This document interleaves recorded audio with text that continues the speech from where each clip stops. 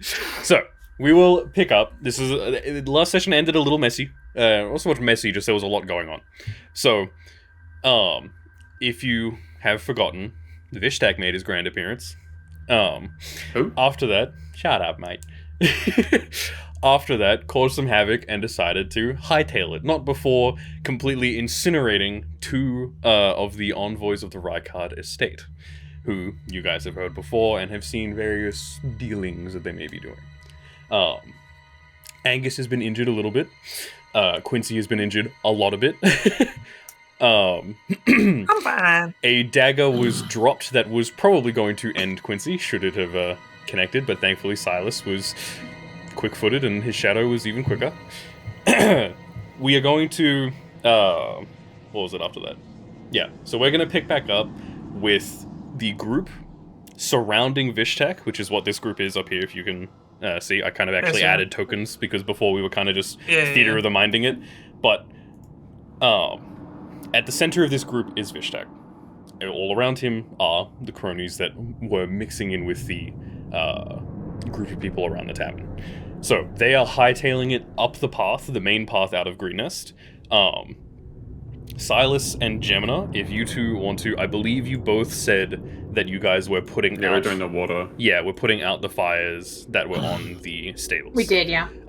Purely just because Dan said that Kalir was not going to, like, wait for you guys to do that and then chase after Vishtakk. We're going to say that Kalir chasing after Vishtakk up this path is happening now while you guys are tending to the fires. Yeah. So... Are they still that close to us, by the way? That group? So this is more just for the map to see that, like, they are a group in this cluster moving up this direction. Okay. They are off the map. They are about, I would say, if Kalir was, still charging off forward, this is just again so that we can see, like, relative distance and stuff.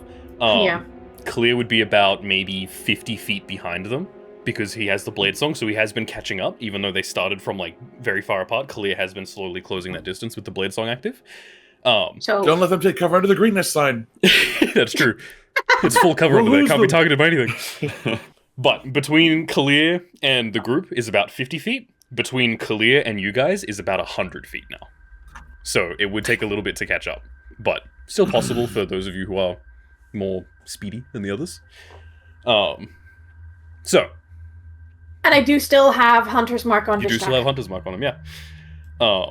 Angus is kind of with Quincy at this point, just kind of making sure that Quincy is okay and still breathing despite taking those heavy hits. He himself is injured and has got one of Jamina's arrows sticking out from his lower ribs. You never commented on how hurt Silas was, by the way. He's older than Quincy. Oh, that's right. Yes, I completely forgot, actually. That you. I just remembered the badass thing that you did of popping up and, like, almost cutting his hand off to stop Quincy from it. I kind of forgot that you then, got punched by this dude so hard that you were... Yeah. But I'm still standing. You are still standing. Okay, we've just put the stables out, yeah. So you guys are currently doing that while Kalir is hightailing it. So, Kalir. Yep, Quincy? We'll say Quincy's just there shell-shocked for a moment, and then looks up at Angus and goes, I should run after him, Rat. I don't know. Maybe? What the fuck is happening? I'm running after him. What? And he's like trying to, like, reach for you as you try and run past him, but yeah, you could run after him, absolutely. And he will tell Penelope, focus on keeping clear in your sights. Yeah, okay. Absolutely. She has a 40-foot fly speed. Yeah, so she is moving as fast as Kalir. Yeah. Well, she was also near... 50 feet. Pardon? I thought Kalir was 50 feet. Kalir is 40 feet with the blade song active, so he has 30 feet of movement. When he uses the blade song, he gets an extra 10 feet of movement. Okay, I kept hearing 50 for some reason. Maybe. I don't know. But yes, Penelope will keep hightailing it after Kalir. Kalir, 50 feet away. What do you want to do? Chasing after you. They are not showing any signs of slowing down. They are not launching any attacks back at you. They are just hightailing it up the path.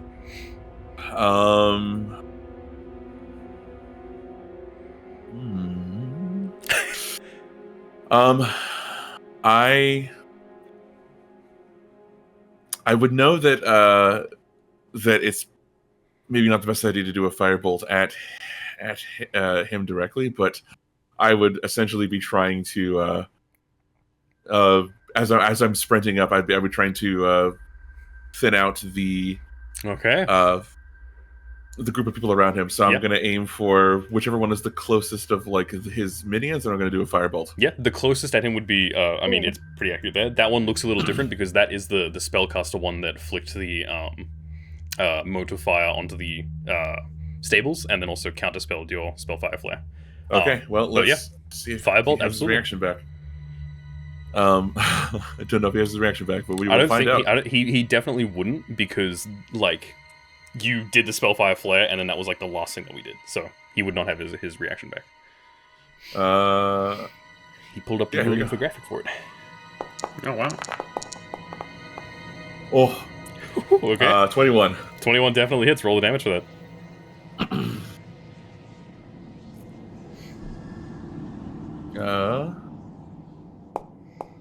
That's just gonna. That's not okay. Okay. Oh, a 9. All right, nice. That's pretty good. Just a flat 9 points of damage. Yes. Okay. He seems a little hurt, but all the damage goes through. Yeah. What do you do? Besides that, I'm still just booking it off. Full movement in that direction. Yes. Yeah. Easy. But yeah, I obviously I'm trusting the extra speed that I got from Bladesong, and I'm not dashing. Yeah. Fair enough. I mean, yeah, you can tell that like you are like while you're both moving, you are slowly gaining on them as they run. So we'll say 10 feet closer as you're still running up the path. What do you want to do? They are not making any attacks. They are just focused on booking it. Silas realizing he's going to keep on moving after that firebolt and like not getting up, he's going to start double dashing. Yeah, absolutely. So what is that? It's 30, then 60, then 90 feet? Yeah. Yeah. Holy. So 90 feet of movement return. Yeah, you see Quincy. Dashing as well as soon as the fire is put out. Yeah. I like the idea that because your shadow can only move 30 feet in a turn, I like the idea that like you go and then like behind you, if it could make noise, you'd hear a little like being dragged along behind you because it can only be within 30 feet. It would be extinguished. It would just come straight back to me. So it's going and it's keeping like teleporting to me once it's not. I'm just saying it'd be a funny visual, but yeah. Okay, sure. Sorry. Like when you're going too fast for an NPC in a Bethesda game and it teleports to you. Actually, how far away are they without me dashing? They are. Did you say 150? At this point, at this point, or is that more now? At this point, they're 180 feet away from you because 30 feet of movement per turn. If you're talking that about makes the sense, actual group of them, 180 feet. And I just saw the damage go through, right? Without a reaction being taken? Absolutely. Okay.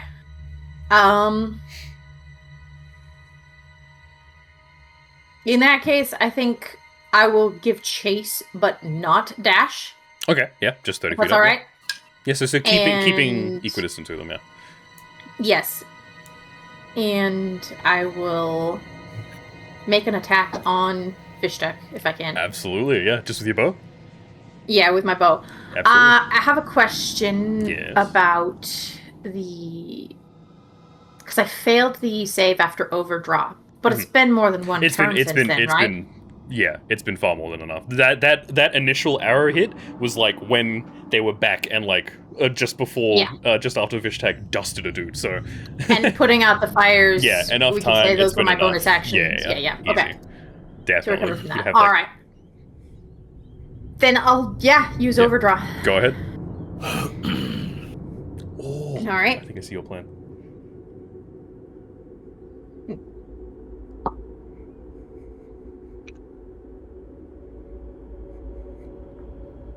Do I have flanking? Nobody's close enough, right? No, no one's close enough for flanking, no. So it would have to be on the other side of it, which we are not. So no. That's a natural 20. Oh! Damn! Oh. Okay, yeah. You crit with an overdraw? Fuck, this is about to be a fuck ton of damage. So yeah, roll the damage for that. You aiming directly at Vishtakk, yeah? Yeah. Okay, that's... So that's... 15 Holy plus, fuck. 4, so that's 19 plus I rolled 2d6 for a hunter's mark. Yeah, so right? you're rolling Because of the 4d. crit? You're rolling 4d12, and then Right. 2d6 because d12 for your bow, Yeah. d12 for no, overdraw, I then know. 2 more. Holy fuck! Okay, I'm actually gonna take a photo of these dice then, so that I don't forget the numbers. You can just calculate, or if you want, you can just tell us what the numbers are. We can. No. Too. I'm not worried about the calculation. I just need to know what it is on the right, overdraw for the, dice. Yeah, sure.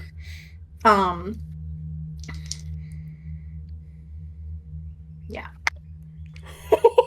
Fucking hell. Gemini right out the gates with this one.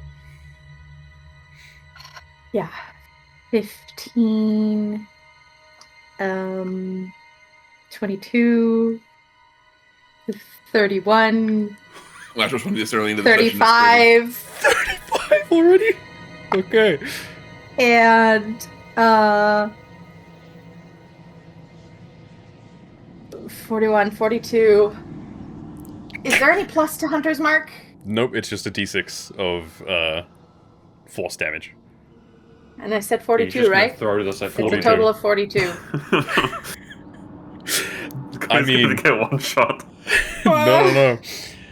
Well, that's true. He would have his redirect back up. I was gonna say. He reflect does? He Oh, has I his thought that's reaction. what he Reaction. didn't I do have have. the condition where it doesn't bring it to zero. So that's my bad. When you said the damage all went through, Kalir wasn't targeting Vishtakk. Kalir was targeting one of the other guys that were closer to him. True. That's fair. true. Okay, I thought. Well, so Whose either way, reaction were you talking about? whose reaction? I was talking about the guy that the one that Kalir targeted was also the one that cast counterspell, which is his reaction. Oh. Because I originally didn't last realize session there were Kalir cast a spell at reactions. both of them, and then he got counterspelled. Aside from Vishtakk. No, that makes sense. Well, that's still a fuck ton of damage. To the point that you can see, as the arrow goes soaring overhead, Vishtakk turns just in time to see it and adopts a stance to get ready to catch it, and he catches it, and then stabs it straight into the shoulder of one of the people running with him. It's less of a, like, you can see where the first arrow that hit, he was prepared and knew what was coming and knew exactly to jam it at Angus. This one, it was he was prepared, he knew it was coming, and then caught it, and then you see it almost like his arm stretches back further as like a, what the fuck kind of a strength is behind this shot. And then all he can do is, and you see one of the people following him screams out in pain before dropping down dead. Okay. We'll say that this one Just here. to make sure I'm hearing this, I'm understanding this correctly. He reflected all the damage. He has Good to know. he has a special Even on a a special crit? version of deflect.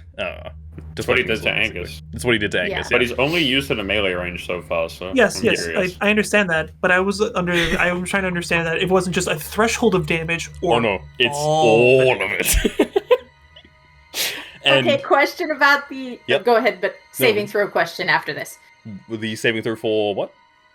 Overdraw. Overdraw. Oh, for you. So it's just whatever the highest number of the dice was for that. If you can pry it out of her drawers. Yeah. Damn, one of these. 2-inch piece of chicken. That's cool as fuck. Oh.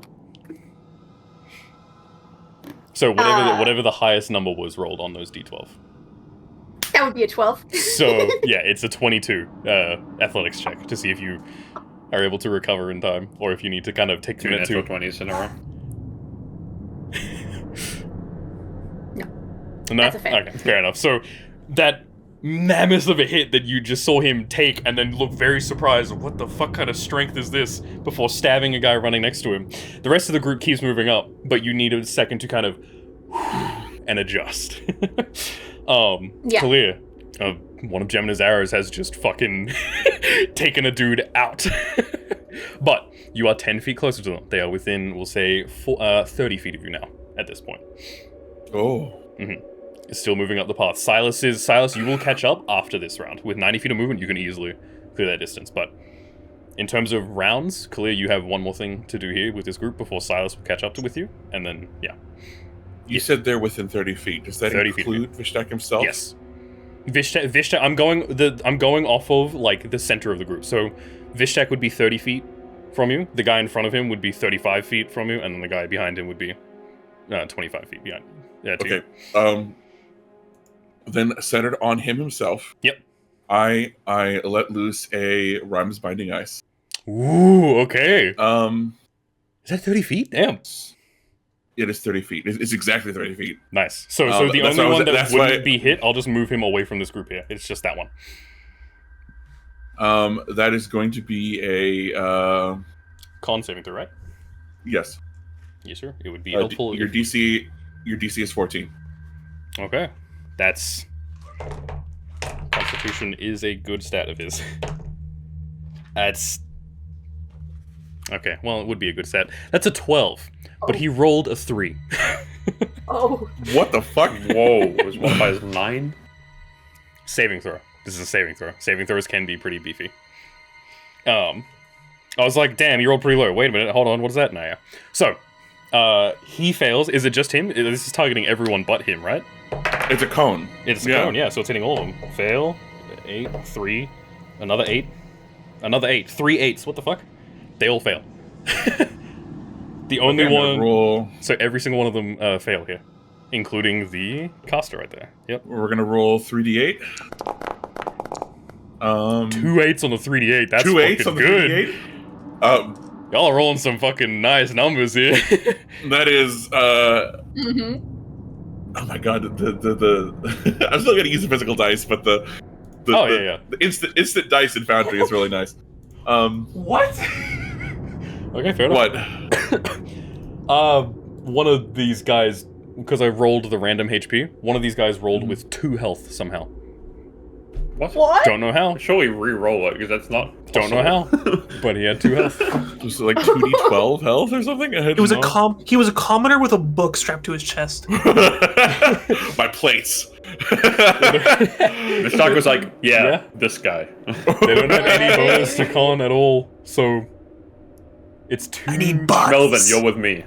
It's 2d8 health for this guy, and he rolled 2 1s. All right, yeah, fair. That's crazy. You could have a max of 16. So how much was that? That was that is 19 cold damage. So dead. Half as much on a save. Dead. None of them saved. Dead. And that. Jesus. So the mage is currently. The mage is now bloodied. The caster is now bloodied. Nice. Vishtakk has taken another hefty hit. Now they failed to save. They remain in place, don't they? Hindered by speed reduced to 0. And that is only the case until it or a creature within range of it uses its action to break away the ice. Okay.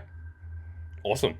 But it's not like a full-on like hold person disable. It's just no. to 0. So they have to like pause for a second and like hack at their feet, basically. Yep. Which allows basically Silas and Kalir to show up. Yeah, pretty much. So with this, Silas and Kalir, you guys are able to. We'll say that you guys are able to close the distance. Silas, you're able to get to Kalir when he's within maybe 15 feet of these two. As you guys are approaching, it's enough time for you guys to catch up fully now. The first member of this group that was up ahead and didn't actually get hit by the spell heard as what has happened and has come back to hack at the feet of Vishtakk to get him free. So that will be his action to free Vishtakk. The mage, however, is still, like, struggling to pull him free from his own restraints with the ice. With that, they will move a tiny bit away. Not too far. But, Silas, you have caught up to Kalir. And Kalir, this mage is staring absolute hatred and fury into your eyes. What are you guys doing? I'm barely even looking at him. Yeah, fair. Silas, you have caught up to Kalir if you wanted to do anything, or if you would just. I'll give Kalir the turn to do something before I tackle him. Tackle? Okay. So, then Kalir, what are you doing? Or Miss Gemina, you can make another shot if you wish as well. Okay. I had a question for you in the DMs.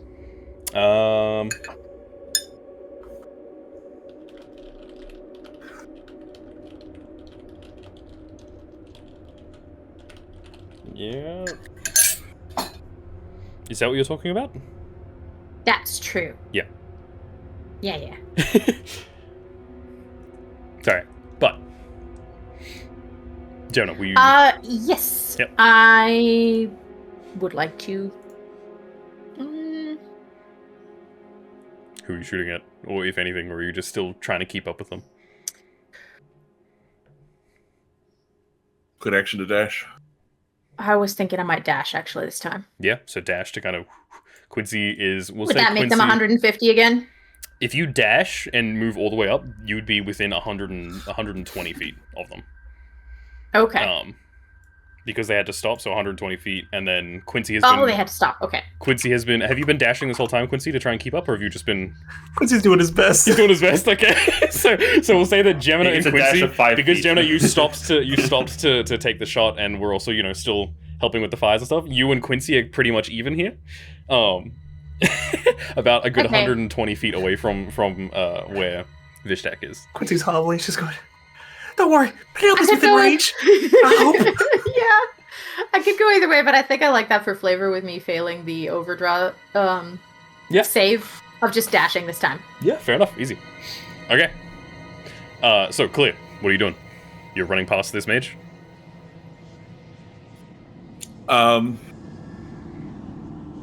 So the mage is closer to me than Vishtakk is? The mage is about 10 feet away from you, like looking, seething fury in your eyes because you've just frozen his feet as he's trying to run away. Vishtakk is freed. Sorry, yeah, go ahead. Oh, he is? This one cultist up here that didn't get hit by your spell, heard what happened, turned around, and immediately started trying to break him free. Because he seems to be, the one that they are trying to protect. He's still within 30 feet of you. Like using that was enough to make it so that instead of you still trying to play catch up, it's now like you're right. I'm able to attack this guy. I mean, I can attack this guy and then keep going. Yeah, you absolutely can. You can as you're running, just try and cut him down. Yeah, absolutely. Then yeah, it's gonna be the full on just the scimitars there. I am in the blade song, so that means we let me know when I'm within 120 feet. Okay. Of which Vishtakk. One? Vishtakk? Okay. It'll be after this one. So I'm gonna do just an initial attack. Yep, roll a hit. On the mage. That is, that's an 11 to hit. Oh, no, sorry, no, it's not. It's a 13 to hit. A 13 just hits. Oh, nice. An 18 13. So that's a d6 5. Yep. That is 9 slashing. Okay. And then offhand. He's still up after Natural 1. Natural 1? Sorry. So, yeah, just that initial damage. Mm-hmm. He's still up from that. And then, you want to keep running past him? Yes. Okay, we'll say that now it is like you and Vishtakk are like within 5 feet of each other. He's grabbed the cultist next to him. He's grabbed the cultist next to him that was like helping him like break free of the ice, and he's like grabbed him and is basically it looks like he's ready to throw this dude at you. It's like the best way I can describe it. If he swung on this guy with scimitars, wouldn't he get an opportunity attack on you? Or is it if he's rooted, can he not? He would. He does not currently. His opportunity attack, he does not have a weapon on him. It seems that he is can punch. Purely. He could punch, I guess, but I don't think he's going to think to do that. Not every enemy is going to take an opportunity attack, and I think right now the guy's like, "Shit, I'm frozen in place." Slash also, is probably enough to. Given that we are both spellcasters, he also might want to save his reaction. Yeah.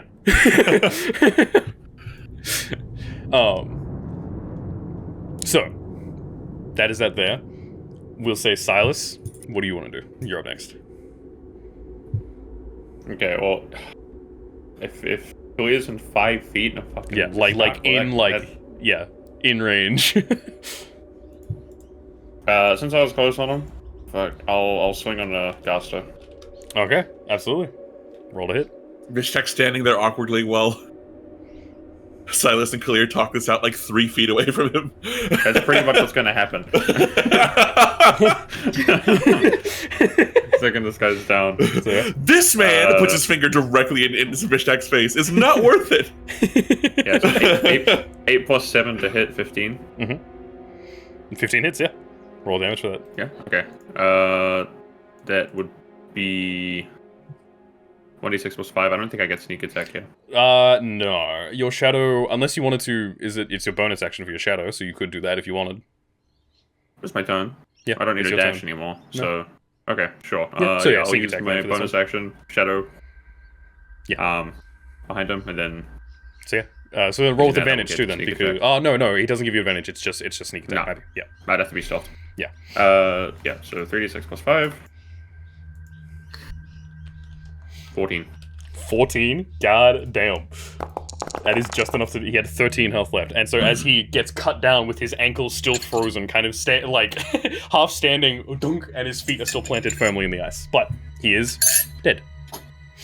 It is now just Vishtakk and the one cultist behind him. That is... Granted, there is a giant, mammoth, red dragonborn hand squeezing his, robes, and he looks like he's about to be thrown at you. So, precocious little buggers, ain't we? We'll say Quincy and Gemina. Quincy, you're within 120 feet now, if you wanted to do something. Silas would shout out to Clear as well, by the way, on his turn. Oh, you wanted to what, sorry? What? Silas? I want to shout out towards Kalia. Yeah, go ahead. Try and be a voice of reason. Yeah, go ahead. Kalia, wait! Okay. Do you even react? Yeah, I mean, if it's just... I think it would just be to be like, there's no time! He's getting away! We can't fight him. Okay. You saw what he did to those envoys. That's an 18 on the dice. For, I'm assuming, on Vishtakk? Guiding bolt on Guiding Vishtakk. bolt? Yeah, absolutely. That hits. Roll the damage for that. All right. What is that? If he can reflect magic, we're destroyed. It's over. Oh my god. Oh, wow. Guiding bolt's 5d6. 14 points of radiant damage. Damn. Guiding bolt's a very good spell. He is glowing with an ethereal little aura with the prismatic colors that come from Quincy's spellcasting. Ooh. The next attack on him has advantage. I like that. All the damage goes through. It seems that even though while he has got a hand on this cultist's chest ready to throw him through, you can see he instinctually reaches up to try and get ready to almost bend the attack out of the way, but it hits his hand and then cascades down his body as all the damage goes through, and it is now he is now shining with that pearlescent light that you said. And screw it, bonus action. So shillelagh. Absolutely. Gemina. He's just the country boy with a shotgun trying to get him off his farm. What did you want to I do? love that if this ever gets animated, that will have to be a running gag. It has to be a running gag. Okay. Anytime Quincy's in the background of any shot, just I wouldn't do that if I were you. Vishtakk shows up, and then Quincy just, oh! There's more where that came from. You hear noises. Cash up 12 gauge. I got 15 more smats in this goddamn quarterstaff. You hear noises coming from the cave, from the next cave over. Charles is asking where Quincy is. So, Gemina, you said you wanted to do something. Yeah, am I 120 feet? Is that what you said? Yeah, Away? you're within 120 feet. You Okay. can use your movement to get within 90 feet if you want to. Yeah, I'll do that. Easy enough. So we'll say that these two are within 90 feet if they're okay, keeping up. Oh boy. And he wasn't able to reflect any of that feet? magic damage, right? He wasn't able to reflect any of the Wasn't able to magic reflect damage, the yeah. And yes, Okay, 90 okay. feet. I would like to use my free object interaction Okay. to give the baby dragon one of the gems. The Oh god, the baby drive's about to fucking die. which one? Um, What? Just reread what it says to feed the dragon. I thought maybe I got your question mixed up because you were DMing while I was trying to do this. I'm fairly certain it costs... Sorry. Bonus action. Yeah, okay. Yeah, it is your But- bonus action to give him a gem. Yeah. No, I was thinking of that, but I was also thinking it would be my bonus action. I just forgotten worded it wrong. Yes, my bonus action, and I will feed him the white gem. Okay. Offer that to him. Yeah. He gets fed the white gem. Becomes ice cold and in your then touch I as you draw my quickly bow. sit down. Yep. Go ahead. Make your attack. Yes. Are you And I'm attacking on not Vishtakk. Okay. The cultist, is that right? The one that looks like he's getting manhandled right now. I can't wait for one of us to be. I can't wait for one of us to be. Thanks. You're good. I can't wait for one of us to be like badly injured, and we like feed the dragon a white gem and like apply him as like a cold pack. I've got a mad headache. Pass me the baby dragon real quick. Set him to cold. It's pretty funny, actually. But yes, what is it to hit? You're aiming for the coldest behind him. Size onto your nose. Yeah. That's an 11 to hit. The cultist just hits. Yeah. Yeah. Yay. How low did you roll these fucking enemies? No. This isn't roll. AC has nothing to do with rolling. It's just the health that gets rolled. True. Why did you? And they aren't wearing any armor. They're just wearing regular clothes. I guess that's fair. All right. So yeah, roll a hit. And then.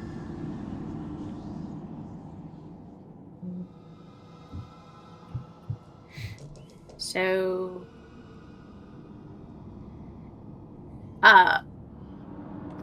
What about the thing that we were talking about? Yeah. So that happens. Okay. That happens after you. Okay. Roll the damage for that, and then if you want, roll the damage for the other thing too. 18. 18, and then With Hunter's Mark. Yep. How much damage for the other thing as well? Okay. So as you draw back the bow for this shot, the little dragon sitting on your shoulder comes over to your forearm and begins to breathe a small jet of ice onto this arrow. So that's an extra d6 of cold damage, I believe. Poor Ember. It is. I said 18. That's 23. Damn. 23. This arrow sinks into the guy that you guys, those of you that are in active combat with Vishtakk right now can see that the guy being manhandled with a giant dragonborn hand on his chest, suddenly just an arrow sinks into the middle of his head and he goes limp in Vishtakk's hand. Still being held up. But he is dead. As your little dragon on your shoulder is actively recovering and kind of like scratching at his nose after breathing a little bit of ice onto your arrow. So, with that, Vishtakk's turn. After hearing the conversation happen between Silas and Kalir, he turns to you, Kalir, and he says, "You should listen to your friend. I am too tough for you." And he reaches back and he's gonna punch you in the face. Okay. A natural 1. Holy fuck. That's not very convincing. Oh, my heart. Oh, Yeah. So Kalir's kidneys are about to be ripped out of his back. He pulls back and makes the wildest of haymakers. You can see frenzied eyes at you. It is the most telegraphed hit you've ever seen. It is no issue at all for you to just step to the side or deflect it. Which is great, but now he has flurry of blows. Yeah. His fist sinks into the ground. He's gonna make 2 more attacks on you. A natural 4 and a 9. I'm okay. What? So he's having a tantrum. No modifier? Plus to the 9. Huh? No pluses at all? He has pluses. Okay, sorry. A 9 on the dice would be a 16.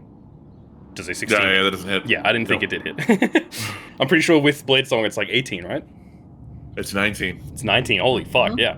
Yeah. So No reactions. My he AC is just swings the naturally wildest 19, of haymakers, and his fist boom into the ground next to you before pulling his fist back out of the ground and keeping eyes with you as he bang, bang, and just slams twice into the ground, feeling the ground around you shake with the force of his blows. You can see small embers erupt from where each of his fists hit with the ground. With that, he's gonna try and back away from you. You can make an attack of opportunity if you want. Was that just flurry of blows that he tried to do? Yeah, just a flurry of blows. He tried to do. Okay. Just make sure. Clear. Do you want to make an attack of opportunity? Or you let him go? Yes. Okay.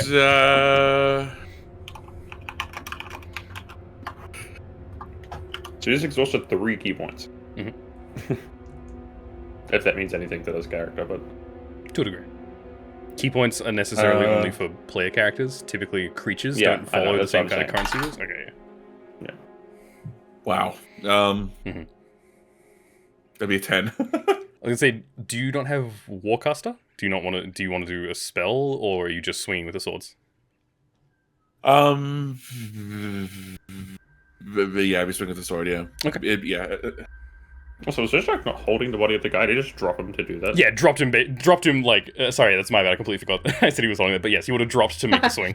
I was like, dude, he's totally gonna throw this body at Kalia. It's a 10. It's a 10. A 10 misses. I'm sorry.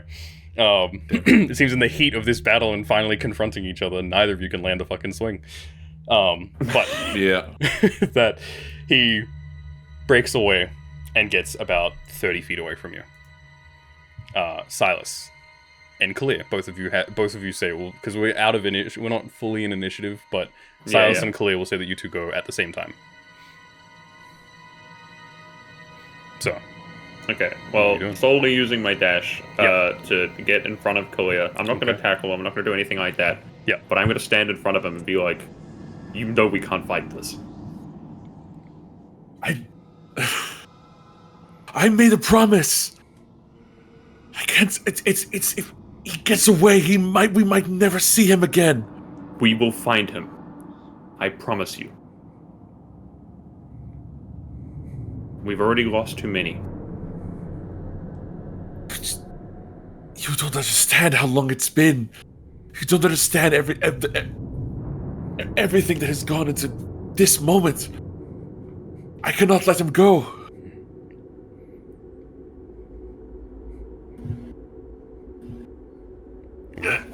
We'll say that's it between you two before Kalia.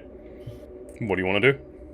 Silas used his turn effectively to get in front of you and say that. What do you want to do? So like just going around Silas, like take more movement. It's an extra 5 feet to go boop boop.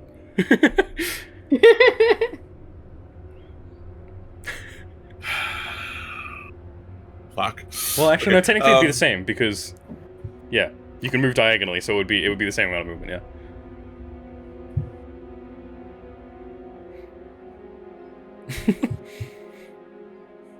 I guess I'm out of those. Damn. Oh, you were so smart taking out that mage first. I had a hold person lined up ready to fucking go. Oh, I'm sure you did. It's. Mm-hmm. What are you doing, Kalia? He said he's 10 feet away? Actually, hold on. I'm going to say Silas's dash was his bonus action. Yep. If Kalia tries to push past him, he's going to try and stop you. Well, you want to hold an action to like grapple, or just try and stop him? Something to stop, restrict him. Yeah, easy enough. So I mean, yeah, if he's 10 feet away, then I'm lunging towards him to try to do. He would be, because you were right there. He'd be 40 feet. Then he'd be he's 30 feet away. He's not 40 feet away. He's 30 feet away. Okay. Then I would be essentially trying to close that distance again to go with the sword. So then, as you try and move past Silas, both of you make, I believe, Kalia, make an acrobatics or an athletics check, and Silas, you need to make an athletics check. You need to be very particular about which one of those that is. For you can make either. You can make either. Grappling is always at the advantage of the person being grappled. Okay. So you can choose either athletics or acrobatics. Silas has to make it athletics. I rolled an 18 on the dice, so it's a 17. -1 to these, that's so funny. Okay, 17 is the number to beat, Kalia. I rolled that with advantage. Yep. The blade song does give you advantage on this. 16! Oh! 16! Whoa. Total of 16! So, as you kind of I'm not gonna bring it to the sidestep... ground or anything, but it's gonna be like a proper, like, hand on your chest, completely stop you. Yeah. So as you try and sidestep Silas, you feel that hand on your chest there, and then you swear you can feel something tugging at your heels to keep you in place. And Silas, you would know that this is his shadow effectively, like, grabbing onto his heels and trying to keep him from moving. That's cool. But you have been stopped. Clear. Vishtakk is still getting away. An extra 30 feet now. So he's 60 feet away now? He's now 60 feet away. We'll say that Quincy and Gemina, unless you guys want to do something, he's within 120 feet of both of you if you have something else that you want to do. Firebolt. Firebolt, sure, absolutely. He's pissed. Yeah, roll the hit. Gemina, if you want to roll another attack, you absolutely can, or if you're still dashing, try and catch 17. up with everyone. 17 hits, yeah. Just hits. Okay, I have a feeling what's about to happen here. Yeah, I think you do. That's a 3. Reduced to 1. Reduced to 1. Yes. As it does impact him, and you can see it scorches a little bit of the robe that he's wearing, but he seems majorly unaffected by it. Still not bloodied. Advantage, theoretically, since no one else had hit him up to that point. Oh yeah, you're gutting bolt. Oh my god, yeah, you're gutting. Get your natural 20. Wait, wouldn't that have applied to the opportunity attack? That would have applied to the opportunity attack, I guess. Oh, what if I played the opportunity attack? Oh. Would the damage have killed him? Because otherwise I don't make it. No, he's not even bloody. He's not even bloody yet. The new roll would have been 13. No, okay. Yeah, okay. No, he's so everything proceeds as normal. Gemina, is there anything you want to do? Or are you just catching up? I'm continuing to move, but I'm not dashing, and I would like to take another shot this time at him. He's out of melee range of anyone, right? Definitely out of melee range of everyone, yeah. Yeah, okay. And as I do, I'll say, what was that you did to the baby dragon? Yeah.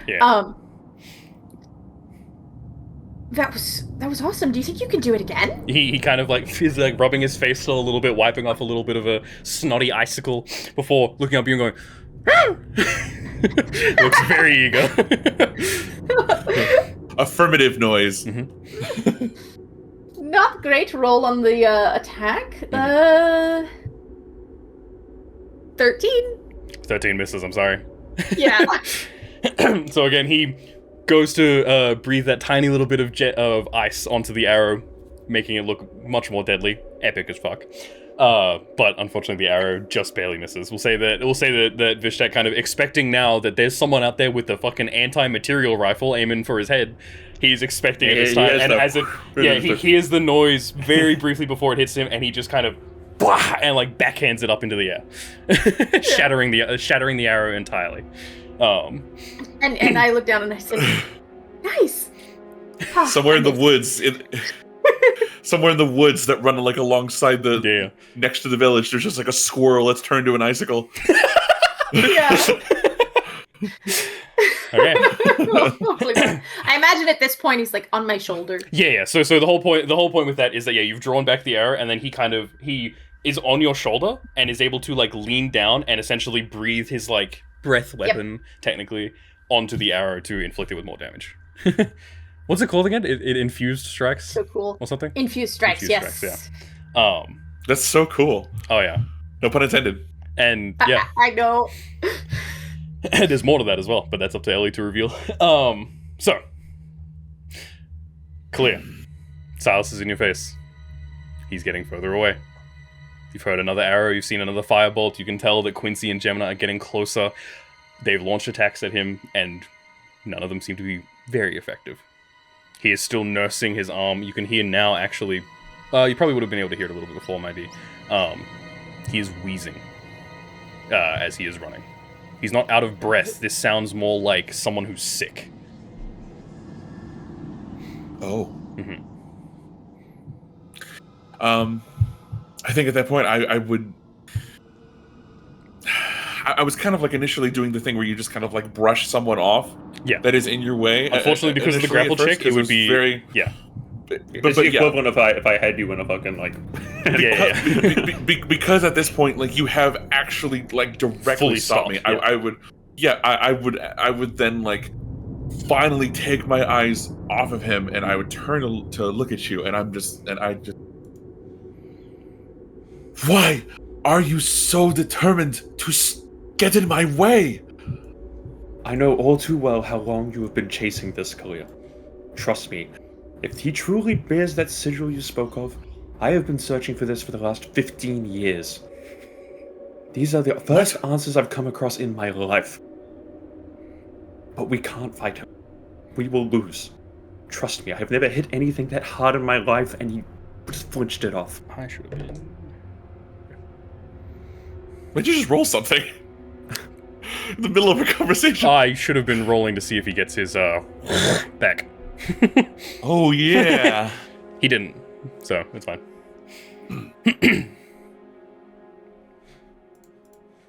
You know something about the cause that he claims to be part of. You heard Angus speak about it yourself, the five-headed dragon. I told you about Eldershade. This is... I've been looking for this for all of my life. Are you still giving chase, or is this enough to finally make you stop in his tracks and let Vishtakk run away from you again? It's not something that's worth dying for on a gamble. And trust me, fighting him, I don't like our odds.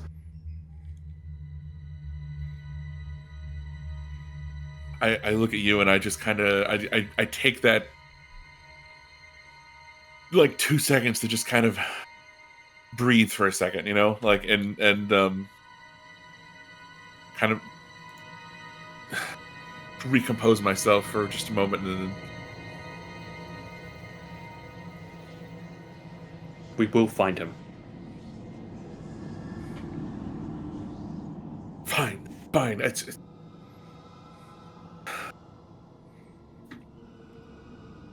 we have to fight him. And with that, the last thing you see of the Crimson Talon as he runs, cradling a wound in his arm, he disappears into the night around the bend. Around the bend. Oh, I thought that was you. Like, he's so wounded. No, that was my voice breaking around. Fuck. Can we take he gets one last shot in right as he keeps running around the corner? Absolutely, one last shot around the corner. Is this just firebolt again? Sure, absolutely. You two are ranged, yeah. Another firebolt. 18 again. 18 again does hit, yeah. Yep. All right. Oh, it fell off. Let me reroll that. That's 10, so 5 points. Yeah, 5 points of fire damage. With that, he's almost bloodied. Not bloodied yet. I should be tracking the damage. Try and use overdraw. Yeah, absolutely. Oh, this is why you track damage, Nat. This is why you track damage. 16. 16 just misses, I'm sorry. Again, the firebolt hitting him square in the back, this time with a little more force, just enough for it to him to kind of stumble in his step for a sec, looks over his shoulder and sees the arrow once more before, and just backhands it again. Before, as he... What do you like to back into the he's backing up the path.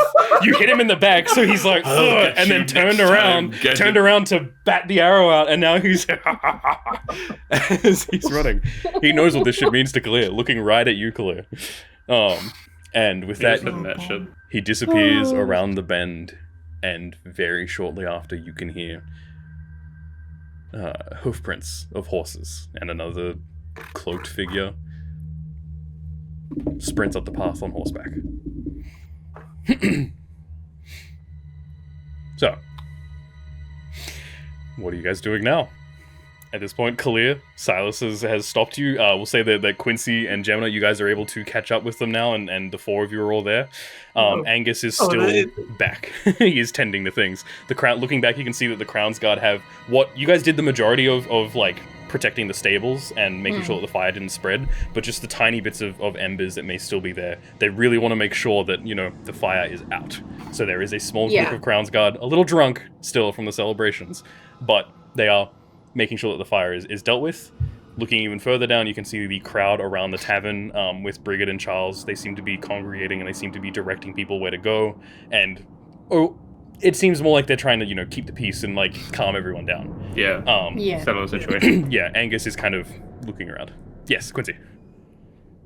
So as Quincy runs up to everyone, he's gonna try to run past Okay. But Penelope grabs the scruff of his neck and like pulls him back. I love that. It's like just going in the air. Like, Let me at him! Let me at him! We have like we have like a maybe a quarter of a second. We're just like his feet just like lift off the ground just barely. Penelope looks like one of those jacked like muscle mice. Once he just randomly falls onto his back. Entirely a gag. Yeah, entirely. That she could pull me. Yeah, I know. She's not strong enough to actually pull you, but yeah. I know. And Vishtakk was the one that disappeared on horseback, is that right? Yes. There was another cloaked figure on the horse with him. It looked like there were two figures there. It seemed that this was the getaway driver, basically, yeah. Oh, I see. The getaway driver? Yeah. It was a single horse. Yep, he was not planning on leaving with these guys. Ow. Nope. A single horse, so they are, laden down. You're doing good, buddy. Silas, you talking, bud? Wait, what is Quincy saying this to Silas? Yes. Almost as like the adrenaline at the moment wears off, you can see him almost like stumble, and as well he's like, I've been better. Definitely got some broken ribs. Oh yeah. Let's fix that for a moment. I'll use my last paladin spell slot to give you a cure wounds. Very nice. Paladin spell slot. You're building such a unique support character. Alright. The padlock, if you will. Cure wound plus 3. 15 Padlock. points of healing. 15 from Cure Wounds? Damn. Okay. That's right, yeah, because his heal's like juiced. Oh yeah. Well, no, right, it's just flat cure wounds. I just rolled 2d8, and they were both rolled 6s plus 3. Damn, fair enough. Then, with Cure wounds just better because they actually made it scale correctly. Okay. Nice. With that, Quincy's just gonna. All right. Thank you, Quincy. Give me a moment, oh, and I can heal us up. Can I give Quincy a healing potion? No, No, I can't. I don't have one. Go ahead. Quincy's just gonna go. Give me one moment. Sure. He's just gonna sit down, slump over. His head sort of just lists, and for a minute, you just see the sigil on his back creep up his arm. And he's like not even really aware of what's happening. Am I close by enough to see this? I am too, right? It's like subconscious. everyone is here. We all are, yeah. Actually, now I would be looking at that. I'd just kind of be. I'd be just kind of on my knees looking off towards where. What were you saying? I use my esoteric right to get back one spell slot. Okay, that is only a minute, right? Or magical cunning. Yeah, it's only a minute. Yep. One spell slot back, and then Quincy's just gonna plop down. He's gonna reach into his bag and pull out some food. We all need to catch our breath for a moment, as he offers to begin the casting of Prayer of Healing. Okay. Oh wow. How long does that take to cast again? It is a 10-minute ritual. Okay. Or 10-minute spell casting. Yeah. So. They just can't be cast in combat, essentially. Pretty much, yeah. No. This is a like you want to take a short rest, but you don't want to take a short rest. Yeah, you want to get as much healing as you can in about 10 minutes. So, well, Quincy is starting this. The three of you have caught up. Kalia is staring wistfully down the pass at where Vishtakk once was, disappearing into the night. There are bodies of cultists lying around you, some of them armed, most of them not. Silas, anyone? See if you find anything on them. Anything we can track. Sure, I'll make an investigation check. Yeah, investigation check, yeah, absolutely. Gemini, are you doing that too? Or do you want to give? Or do you want to give Silas advantage? I'll give advantage. Yeah. Yeah, sweet. Yeah, it's just before that. Yep. Give him the necklace. The talisman. Absolutely. Yeah. Okay. I don't know what that talisman does. I just add an extra Adds a D4 to it. Yeah. Okay. Because so it's that would impossible be... to determine. Yeah. Sure. Let me just roll a D4 then. Clear. Are you doing anything, or are you kind of just like stunned and just? That would be like a 23. No, it's essentially. Nice. Yeah, you're just staring off into the distance, watching him. I have fallen to my knees on the path, and I'm just like, it's okay. What have I done? With a 23, that's really fucking good. What would it have been? Does that necklace? It only gets used if it failed, right? Technically, yes, but sometimes it's weird with Unless you had a for an DC investigation check, if there's something I mean, wouldn't have found, I had would a find it, general essentially. DC of like finding everything, and like again, not finding Okay. everything. It's more what did they have on them, kind of a thing. Yeah. So he would not have needed the necklace for that. if you rolled a Okay. dirty 20, Oh. then yeah, you did not need the necklace for that. I didn't but roll a I'll dirty charge 20. It was him. 17 plus 3, and then... Oh, wait, yeah, sorry. Dirty Yeah, 20, that is yeah. what that is. Never mind, yeah. Good. Aside, looking over the bodies of these cultists, and right now it is very clear that they are cultists. Somewhere branded on them is that same sigil, 5-headed dragon. Some of it on the back of their hands. One of them has it branded entirely on their back, like a giant tattoo almost. That was the mage. I say tattoo, but it is very clear that these have been carved into their skin with some kind of a knife and have been left to heal. You find no gold, no silver, no copper, a few rusty daggers, a short sword. The mage had a spellbook on them, but aside from that, not a whole lot on these guys. It seems very Keep the spellbook. Yeah. Silas, it seems very obvious to you as someone who has seen what cannon fodder looks like on your various jobs before. It seems that these people probably understood that what they were here for. And that was probably to get Vishtakk safely away from everyone. So as such, they don't hold much in terms of possessions. There is, however, going back to kind of just looking around where the initial scuffle happened, something is glinting in your eyes as it reflects on the moonlight. There is a dagger. The dagger that Vishtakk almost gutted Quincy with. Picking it up, it looks fancy. It looks ornamental. It has a... Let me just... It is a curved blade with almost like a serpentine style wavy pattern to it, I guess is the back of it. There is a thin green line running up the edge of the blade and a thin green jewel, small green jewel sitting in the hilt of it. This does look like a wicked read out the piece curse, of metal.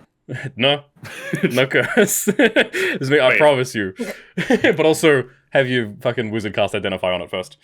But Yeah. Just so you know. First thing I would do. But Definitely. also, I'm not going to give that to Clea right now. I'm going to No, of course not. I will put it into magic items, however. This is the blade that you see in magic items. Oh. Wait, hold That's on. You have an cool. image for it? I have an image for it, yeah. Oh, what? That's so Now, fire. it is not as clean as it looks. It looks pretty gross and dirty. Different dark greens and mud and blood spatter this blade. It has not been well looked after. She'll buff out. But it could be clean. But it could be cleaned to look like that.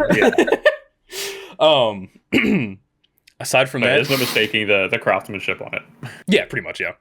That's so cool looking. Aside from that, It is. that's about it. There's no instructions, there's no papers, there's no IDs or like identifications on these people. These were people that were probably okay with dying tonight. Kind of like standing over the bodies, my eyes still fixed on them. I turn my head to Quincy and I'm like, they were brought here to die.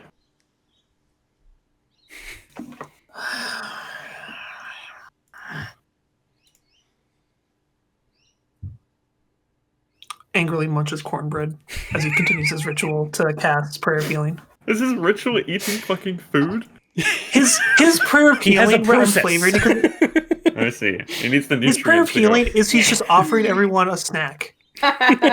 Just a real good snack. No, Got After some Pringles 10 for you, minutes. Silas. But yes, I do apologize, but there is nothing else to find other than that dagger, which I wasn't expecting you No, that's to, fine. manage to wrangle free from his grasp. But you did a good job. Wait, from his grasp? like- Wasn't it Vishtakk? It was Vishtakk's no, grasp. sorry. Yeah. As in like before we should. he pulled it back. It's less follow. that just from like a thing. It's less that. It's more me going like and in the moment describing something cool and then thinking later and being like they'll probably want that dagger. He could. That find dagger that could be if- kind of cool. What would be reasonable for them to find there? And I look at it, I'm like, that's pretty cool. I want to reward the ingenuity of Zhon as a player going like, I want to cut his arm so he doesn't stab my friend. Yeah, fair enough. So you can spawn your own magic items in with that kind of thinking, I guess. Okay. But- Okay. We'll say that it takes you the duration of Quincy's ritual casting for that to, for you to find, well, nothing but the dagger. Yeah. Clear. No, you're fine. Sorry, Hello. Quincy. Do you have to roll any healing Alright. for these people, or We are rolling 2d8 for heals. is everyone doing that, or is it Each just person, you? yeah. Oh, okay, everyone, yeah. I am. No, the Full prayer health. of healing, I can target 5 creatures within Okay. range. So Oh, anyone wow. who needs Sweet. hit points. Okay. Anyone who needs hit points is going to get some hit points. It's a good spell. Okay. Terrible roll. I get to reroll a 1. That is 7 points of healing. And we Okay. gain the benefits of a short rest. Yeah. So I Whoa. get, Dude, you know what I my get spell back? slots Dude, I get back. That's such a stupid bit. You got me for like half a second. I was like, oh shit, wait, what do you get back? Nothing.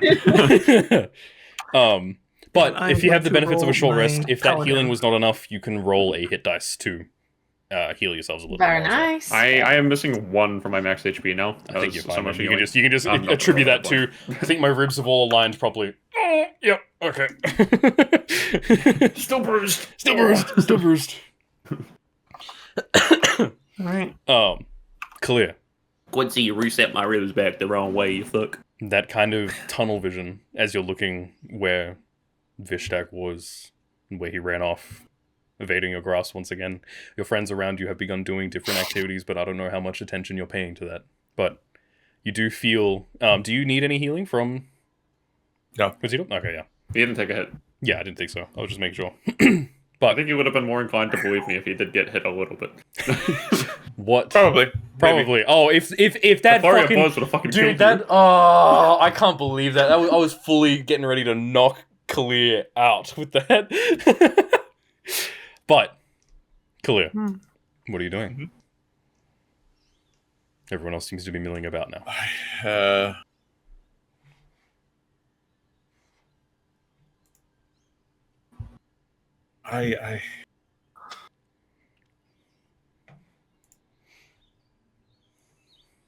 I don't know. I guess I'm sort of just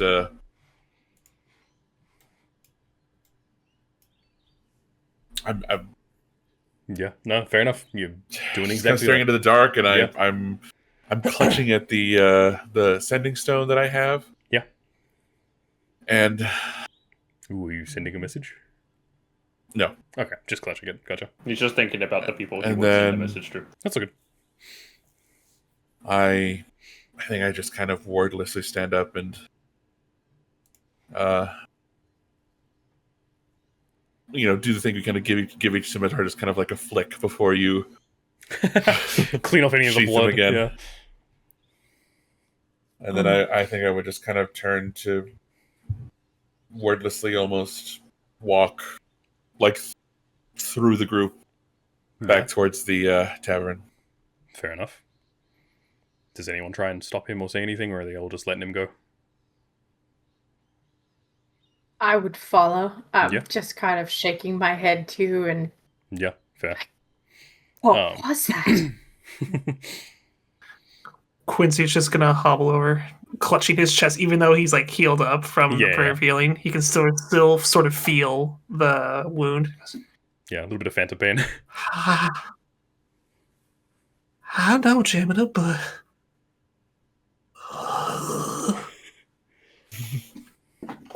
No. Silas just has a fish-shaped bruise in the middle of his chest. It's a perfect fist. Like a perfect giant fist. Just also as well, I don't know if I did a good enough job at describing the actual size of him. He stands about 7 feet tall, and it looked like his bicep, Silas, that you were cutting through, was about the size of your thigh. He was a mammoth of a man. which might make it sting a little bit more than none of you saw him. But such is celebrations, I guess. As you all begin kind of walking back towards the tavern, you do pass Angus, who has removed Gemina's arrow from his ribs, and has applied first aid to him. He has used a healer's kit, and he has healed back up. He's fine. Yes? Gemma? Okay. Trying to remember from last session. Didn't I heal him up? Or did somebody? I don't... Quincy gave him... Did you not? I don't believe so, because I'm fairly certain that Quincy was saving his stuff for the, oh shit, I might need this later. I thought so. Yeah. No, I think I he did thought to heal him, and then he was... I flicked a healing light towards Silas, which was my last Silas, one. right, okay, yeah, that's right. Yeah. Okay. But, either way, he seems to be stable, he seems to be You used your stable. other healing lights in the 1v1 between Silas and Galea. As you kind of walk back, you can see that the mud and sand mixture has turned to glass on the ground. This flame breath has left its mark on the land. The people that were hit, there was the 2 envoys and 3 of the guards that were with them as well. Angus is currently, with the help of 2 other guards bearing that, filigree R of the Rykard estate, they are moving the bodies, and it is messy work. But, Gemma? As I pass Angus, yeah. I would say, sorry about that. Just, did you mean to hit me? Of course everything not. happened a bit fast there, but did you mean to hit me? No. Then we're all good. Don't worry about it. Oh. Okay. Archery training's that way. We do have a range. Did you not know that? Maybe, might need some... No. He is less jovial, and he is very much like a little shell-shocked at what's happening. Yeah. But, yeah. Quincy's just gonna ask, what were the names of his wife? I don't know. I hadn't spent much time with them before this happened. We were just talking about other things. I don't know. And I don't know if we will know. And you can hear one of the guards, one of the other guards wearing the Rykard estate, pipes up with... I have this written down, one sec, where is it? Pipes up with Delphine. He says, Delphine. Right. Her name was Delphine. And she did not deserve this. And the body that he seems to be moving seems to be her. They are moved out of the direct line of sight of people, I guess. As we think that might be, the music stopped playing. I was about to remind you. No, thank you. What? Angus kind of turns back as he's in the middle of cleanup duty. You can see the fire has been put out in the stables. Some of the horses have been spooked. The gate was crashed open and lays kind of, broken on one of its hinges. So some of the horses are out and about, wandering around, but they're not freaking out and dashing off in any direction. This is more just oh cool, the gate's open, and they're wandering. The Crown's Guard are wrangling them back in and fixing up the gate as best they can. The stables are fine. Angus seems to be fine. He kind of, as you all pass him, just says, we rest, but we need to talk at some point. Right. I don't know what this was, but we need to talk. And continues about his business as the rest of you head back towards the tavern, I believe. Yeah, sorry. Quincy's going to pull them aside. Angus aside? Pull the group aside and goes, no, not Angus just yet. Okay, sorry. But he wants to pull the group aside. Yep.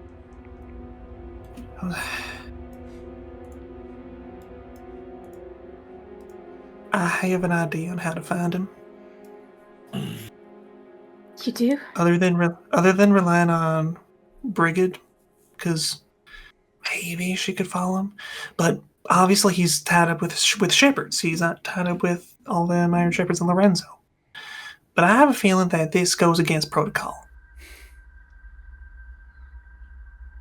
And Quincy fishes out the scrying eye. How mad do you think Lorenzo would be if he learned about this?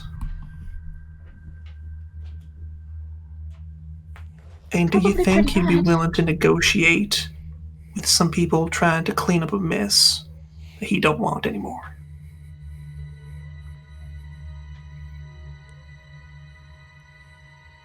You don't know who talking to him. Just some clandestine elf with a mask. Offer him something like bloodshed was spilled. It was horrific. Some red dragon born, smashing up the place, beat the heroes half to death, killed the two of the envoys. I would guess that would make him right proper pissed. And maybe offer him a opportunity to meet and possibly return the eye, or just something like, we have leverage right now.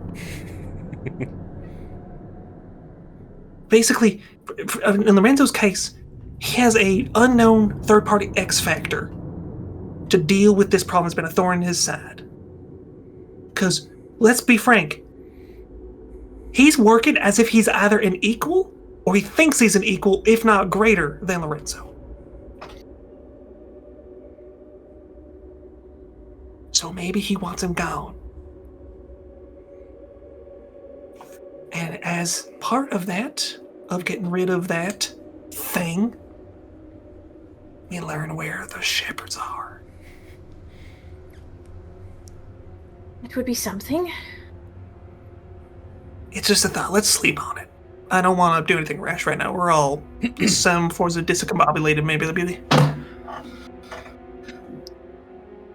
Do as you wish. I have a letter to send. And I just march back to Elloxus Heaven. Anger in my eyes. Yeah. Okay. As you approach the tavern, you can see the crowd of people has mostly dispersed. They seem to still be drinking. There is definite, unease, but this also happened at the point in the night where the majority of people that, had like early mornings the next day had already headed back home to bed. So there is general unease here, but it seems that the majority of people seem to be looking to Brigid and Charles and Highbells. And they seem to be keeping everyone calm. But as you guys kind of start walking back towards the group, Charles recognizes you guys walking and breaks away from the group and comes to meet you guys and is just still pretty drunk, sobered up a good bit than when you last saw him, but is turning to you, Silas, and is just what the fuck happened? Was that an explosion or some shit? I'm so tired of people trying to burn this place down. What happened? The Crimson Talon. No. He was here. That was me trying to disperse the crowd, so no one got hurt here. No, I recognize what you were doing. I was talking about the fucking fireball or whatever the fuck that was. Right. Shit. All right. I'm not in a state of mind to do much talking, but what are we doing? What's the plan? Quincy is just going to speak loudly. Yeah. Okay. And don't worry, we scared him off loudly to everyone around. I get you. That's good. Okay. Is there anything? Sober for now. Get some rest. We'll talk in the morning. All right. Yeah. Okay. And you can see he kind of turns back to the rest of the group and begins the my friends, we must close up for tonight. Any drinks that you have had will not be refunded. Finish them and get lost. Go home. And he's like clearly trying to keep like, a more jovial sort of mood. Yeah. That's funny. Yeah. Brigid has begun, you can see some like putting her hand on the ground and some of her vines sprout up from the ground, and you can see that tables have begun to be cleared off, moved a little more inside. She is she's looking at you intently, Gemini, as just like that look of, I trust you're going to fill me in on what the fuck just happened, but she's not going to make anything out of it now. I give her a nod. Yeah, she returns the nod. The crowd over the next 10-15 minutes disperses. You can hear some people begin talking as they wander up the road to, get curious. You can see that they walk up the road, see something, hear a few gasps, start muttering amongst themselves before you hear Angus or some other Crown's Guard saying, "Oi! Shove off!" Doing their best to kind of, keep it mitigated. But very quickly, 10, 15 minutes pass, and it's not many people left. Just a few people helping Charles clean up for the night. What are you guys doing? I would say to Silas before you head off to bed or whatever. Yeah. Don't lose that dagger. We might be able to use it to locate him sometime. Possibly. It's true. I was going to ask Khalid to have a look at it in the morning, but we're not in a state. That would be good. Mm-hmm. Right. And Silas is going to head to one of the tavern booths inside. We're going to sit down, bring out a piece of parchment. He's going to start writing. Yeah, start writing the letter. Fair enough. You can try and read if you want, but you won't be able to. Are you writing in the code? Yeah. Yeah, hell yeah. Absolutely. The rest of you, what are you doing? No, I'm not trying to read it. Clear. I was saying, if you did catch a glimpse of it. I like to imagine Quincy, because he's already said that Quincy can't read, but he pretends to while Penelope reads over his shoulder. I like to imagine he's very obviously looking at what and nodding as if he understands, and then Penelope's like, I don't know what he's saying, big guy. No, I got it. He somehow perfectly deciphers it. It's written on Quincy. It's written, your code is a Quincy code. Quintish. Quintish. That's so stupid. So it's not the first time he said that. That's true. Yes. I keep forgetting. Yep. I'm going to say Quincy, before he goes to bed, is going to, for another time, just starts flipping through his book again. Yeah. And me realizing I could have done so a long time ago. Oh yeah, the spell book. Yeah, you do have the spell book, yeah. I'll give that to Quincy since he pointed it out and was like, keep that spell book. Yeah, it's all yours. Quincy just goes, I'm not the one you should give it to. Just give it to Mr. Wizard over there. I glanced over, watching him just fucking zoned out completely. Yeah. Quincy looks through the book for a good hour and a half. I cannot read. Anyway, I'm guessing you're in a catatonic state wherever you're sitting if you're not in the room. I don't know that I've sat down. I think I'm just kind of pacing outside of the tavern. Yeah, fair enough. Okay. I'll give it. I do have something I'm gonna do before the night ends. Yeah. Sorry, go ahead. Silas? Okay. Silas, yeah. Yeah, I'll give it to him later. We all need to rest. Fair enough. Right. And I just want to play heading a little home. thing. Yeah, of course. Go ahead. What do you want to do? Yeah. He's just flipping through the book. Yep. Frustrated that his firebolt did nothing. Yeah. Did almost nothing. Yeah. And as he's going through that, he reads about a story of a person that was able to pluck stars from the sky. And using their trails to inflict damage upon their enemies. As I'm switching from firebolts to Starry Wisp. I thought that's what you're doing. That's so cool. That's so cool. Additionally, I am taking Starry Wisp and Guidance along with Shillelagh. Very nice. Yeah, fits in with that Guidance theme is of sick. And as we're all going, as Silas is about to walk away, Quincy just goes, keep the talisman for now. Helped you more than help me. Who are you giving it to? Silas. Silas. I gave it to Silas earlier. He gave it to him. And telling him to keep it, yeah. Yeah. It didn't burn, so I still Keep it have for it. now. Yeah. Keep it for now. Well. I give him a nod as I get back to writing, I guess. Yeah. Brigid is kind of standing. Calm Down has given Charles a very big hug and a small kiss on the cheek before coming over to you, Gemini, and is just kind of she's not interrupting what you're doing or anything, but she's just making it aware that we should go when you're ready.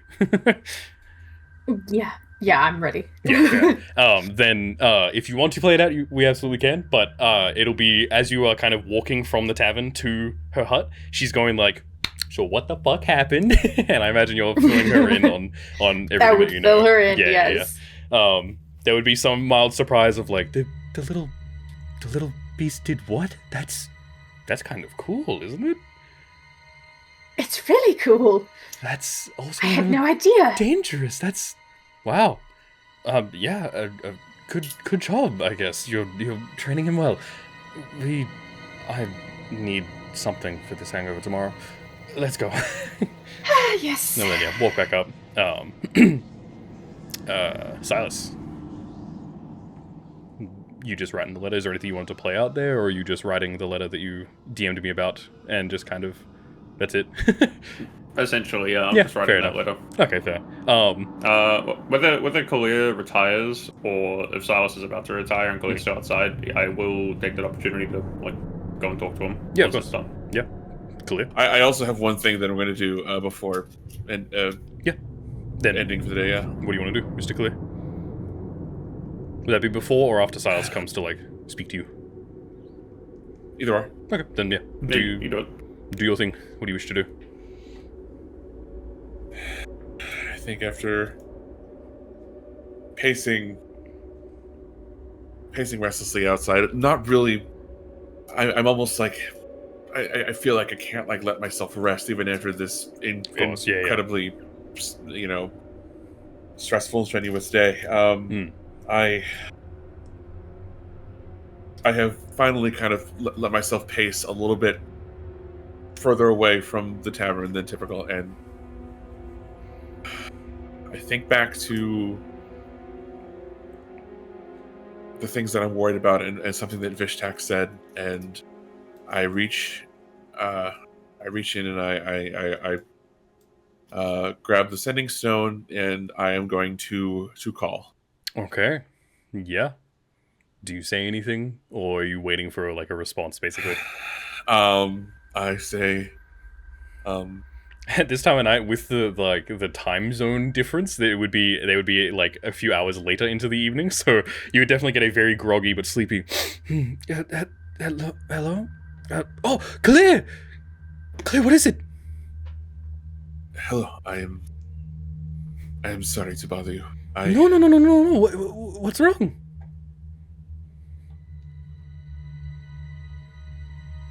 I simply need to check in and hear how things fare. Things fare well. The crop yield got ruined by one of Darren's brainhead schemes again, but should recover nicely in a few months. Not much. All is well. Yeah. Why? Is there a reason that it shouldn't be well? Are you okay? No. It is very late.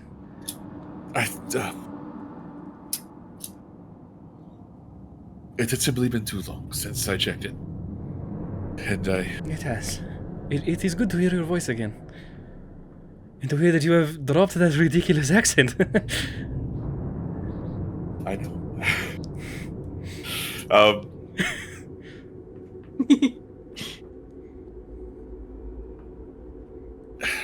Stay safe.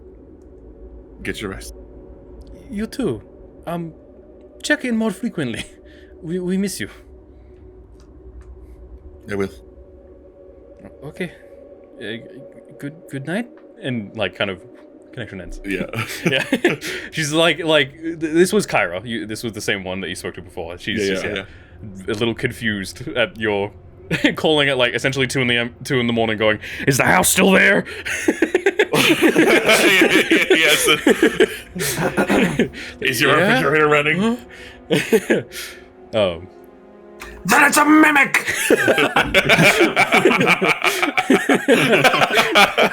But yes, we'll say that unless there was something else, don't trust it. Unless there was something else that you wanted to do, we'll say that as that call is is concluding, we'll say that Silas has begun to make his way over to you. Yeah. And I'm kind of walking back towards the tavern as Silas comes out. Yeah. Yeah, easy enough. Then Silas and Kalia, you guys meet up. A word, Kalia. Again. Yeah. What? Dude. What is it, Silas? I'm sorry. Not for what I did. If I had to, I would do it again, but I know what this meant to you. You can have my solemn vow. I will not rest until we find him.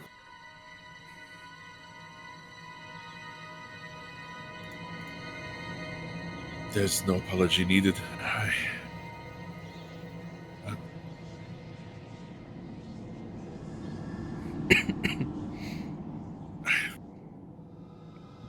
I saw the opportunity and I went for it. And I understand, but if you felt one of his blows, you would know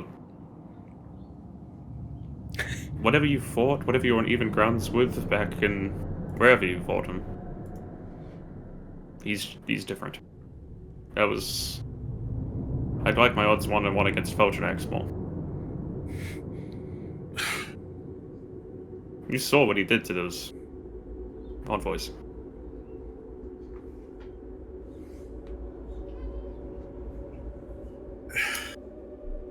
You can't mean that.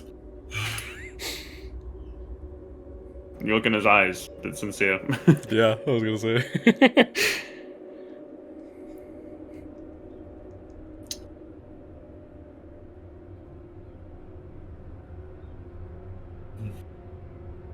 Well, Trust me, I did not do what I did lightly.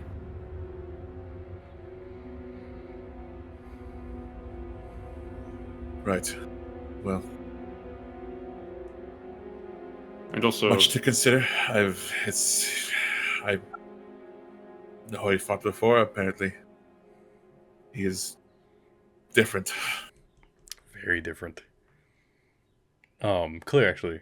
No check necessary for this. Now that the quiet has kind of like, died down, you've really had a chance to think, and that vision of him has seeped into your mind.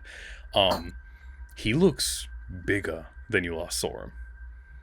He looks thicker, he looks broader. It looks like if it looks like he's had a Mario mushroom like levels of like he looks like he's just bigger in every way. Yeah. Yeah. Wow. No. I'm sorry to Let's get put some more rest. onto you, but if you have the time, could you take a look at this for me? And I hand him the dagger. Yeah, fair.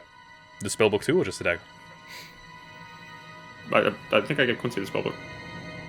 I thought you said you would give it And to Quincy me. you said- tossed it back. and Quincy said- True. And Quincy said no. Like, Yeah. He said, He tossed it I back. can't read. Give it to him. Yeah, he tossed it back okay. to you. Yeah. So, Okay. So yeah, so I'll dagger and spellbook.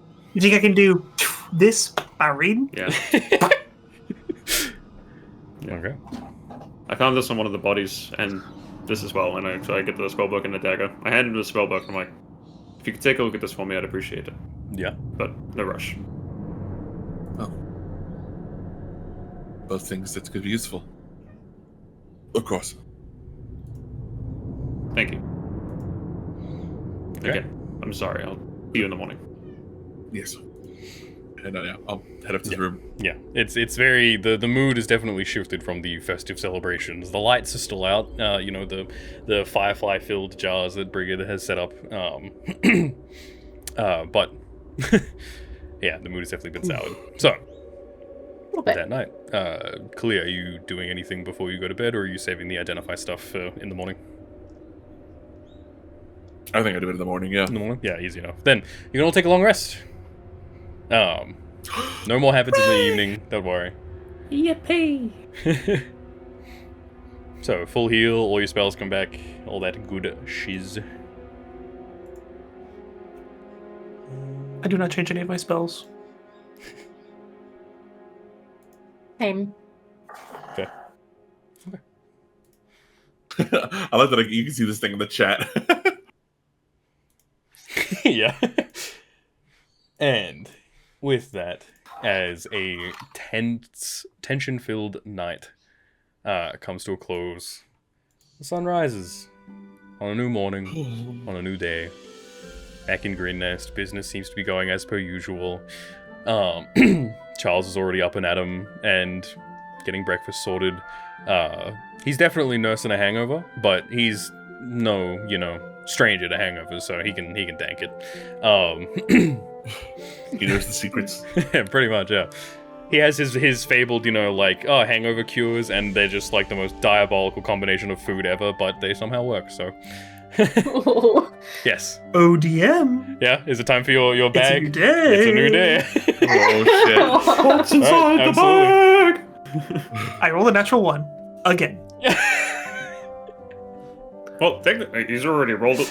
Yes, however, so Nat and I cleared some stuff up because I was keeping track of all the rolls. Yeah, there was a little miscommunication. He was keeping track of the rolls, so when I would see an item and be like, now's not the time for that, I would pick something else. Rest and recovers 4 So, and I would like, DM, you lie! Yeah, he literally sent me his screenshot of like his text being like, these are the numbers I had, and I can see that there's duplicates, and I'm like, fuck, I underestimated how much of a nerd you are. Settling that. No, it was not, he was not accusing me of anything, yeah. While we're on the whole long rest and bag side of things, I'm gonna go to the bathroom quickly. Yeah, so, easy enough. Do you want to wait for the item description before you come back? Oh, you can hear? Sweet, okay. So, you reach into the bag, and you pull out a canteen. Looks like a regular canteen. There's some small grey leather wrappings around the top. Yeah, open it up. It sounds like it's full. Smells like water. Tastes like water. It's water. Keep drinking. Oh, you keep drinking? You keep drinking, and drinking, and drinking, and drinking, and drinking, and the water level doesn't seem to diminish at all. You pull it back. It's still full. This is an ever-full... feel quench! This is I don't understand what never an comes. ever-full canteen. Whatever liquid is placed inside this canteen never empties. If the liquid is a magical potion of some sort, you need to visit an enchanter's shop to make the liquid be the new, you're essentially making the canteen attuned to the liquid, basically. So you'll have to pay a fee, but you could essentially have a never-ending health potion if you wanted.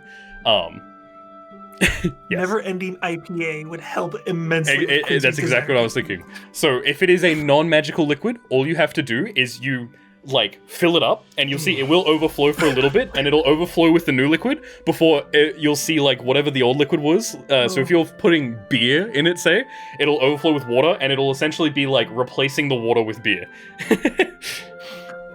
Incredibly stupid, important question. Yep. Much like an alchemist jug, can I put mayonnaise in it? Yes. Anything that counts as a liquid. So if it is a very runny mayonnaise, yes, you could have a very runny mayonnaise in there. Barbecue sauce, you really. It's all fun and games until Quincy pulls out the canteen of salad dressing. That's awesome. Yes, an ever full canteen. It is now currently water. You will have to replace it with some other non-magical liquid if you want. Yeah. And then yes, if it is a potion or any magical liquid, then it will be you'll need a vial of it and then take it to an enchanter's shop, basically. To If I look up an Everfull canteen, would I find the? I don't think so. Let me see. So healing is obviously a magical liquid, right? Yeah. What so about yes, poison? it would be. So what about what? Poison? Yeah, it could be poison. Is that a magical liquid though? Depending on the type of poison. Regular poison, like the kind you use for your dagger? No, it would not be. It would not be a magical liquid, so you could have it. Can we fill it with poison? Put the poison in a water bottle, but Can we fill it every with now and again, you poison? reach for a canteen and then you go, "Whoa, almost," and then reach for another. No, it was gummy. Can we fill it with poison and then hand it to an enemy and then use an enchantment spell to tell the person, "Don't stop drinking until I tell you"? I mean, sure, absolutely. It would still smell like poison though, and I'm fairly certain that those things, if the directive is immediately obvious that it's going to harm them, they won't do it. Yes. So if they smell it's poison and you're ODM. drink it, then sure. Yes. ODM, a potion of poison looks exactly like a healing potion. does actually. Yeah. The only way to tell is either with the identify spell or you drink it already.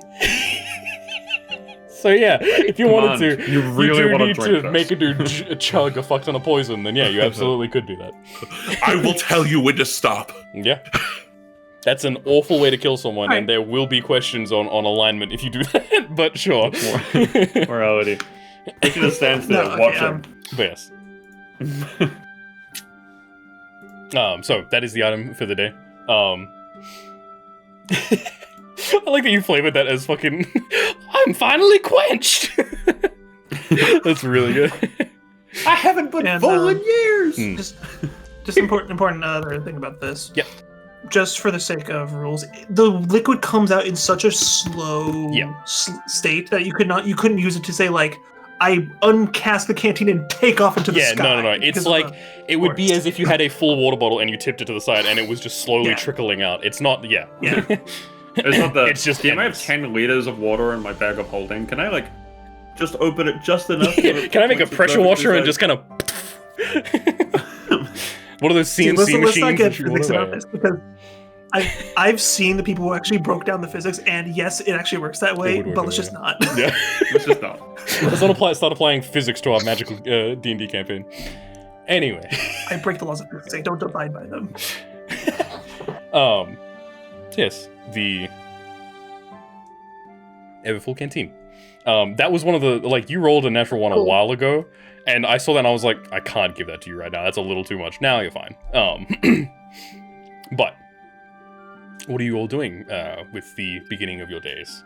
Those of you waking up in the tavern, wake up in the tavern as usual. Brigid, I imagine you wake up in your room. Little Dragon is... Gemini. Oh, sorry, Gemini. Sorry. Brigid also wakes up in my room? What? I imagine she also wakes up in her room. Yeah, she does. Brigid, you wake up in your room, and the jar is like all cosplayed. Painted yellow. Oh, So, what do you want to do?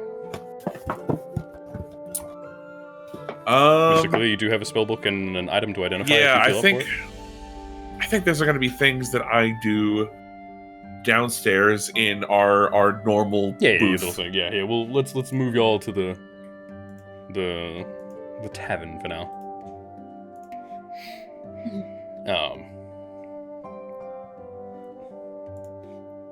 Yes. Sorry. What were you wanting to Who's do? this guy? That was a token I used Wait, for. he's back! I just saw Quincy takes a long rest and recovers 4 cornbread. can I do something Absolutely. What would you like in to do? my room with the The dragon Durgan? first? Yeah. What do you want to do? To kind of wake up and it stretches again, losing its elemental affinity back to normal. Pleasantly warm, a little scaly, but Yeah. Just kind of sleepily waking up and yeah. There is notably more bite marks taken out of your bed frame than there were when you went to bed last night. just tiny little indentations of teeth, not like chunks taken out of the wood, but just like looking, you can see like there's the top row and there's the bottom row. All right. She's gonna wake up one of these nights with the bed just going. oh my! But it is made out of the living vines, so yeah. So I can just mend them. Oh yeah, you can just mend them immediately, but yeah, it's very funny of going to bed with a like clean bed frame and then waking up to lots of little bite marks. Yeah. But yeah, as I'm waking up, I just kind of give the baby dragon a pat as he's and he leans into maybe it. snuggling up against me. Yeah. That early morning kind of like wanting to sleep again, kind of puffs out and a tiny little jet of smoke comes out of his nose as he's like settles back in. And I say, "Morning, rascal." All right. Well.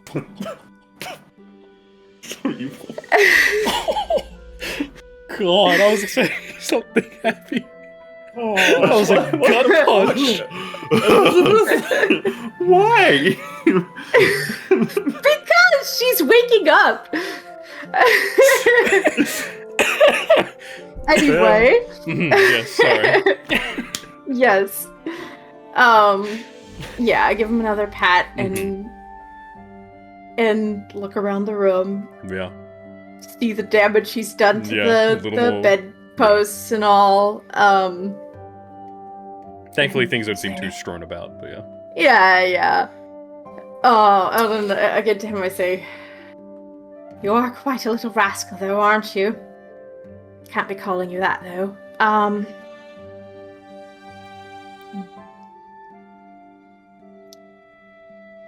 I suppose Pascal might suit you, though. What do you think?" Yes. Kind of like looks up at you Pascal. after saying that.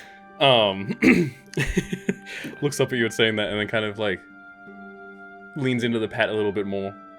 Seems to respond. Scratch to his it. head. Yeah, scratch his head. You like that, Pascal? You see, he kind of like purrs a little as he's like getting scratched, and seems to like it. Looks up at you and says in fluent common, "Call me Pedro." Shut up. Shut the fuck up. Shut the fuck up. Oh my. Silas wakes up with an intense migraine and hangover and takes 4 points of psychic damage. Suddenly Silas wakes up as Quincy grabs the towel and starts choking him with it. Jesus. Whoa. Wait. What the? It was you the whole time. But yes, Go to sleep, upon buddy. Go to giving him a new name, he nuzzles into the pats a bit more and begins purring that, But yes, he seems to like the name. Nice. And then can I break off one of the pieces of the vine? Give him like a little chew toy? Just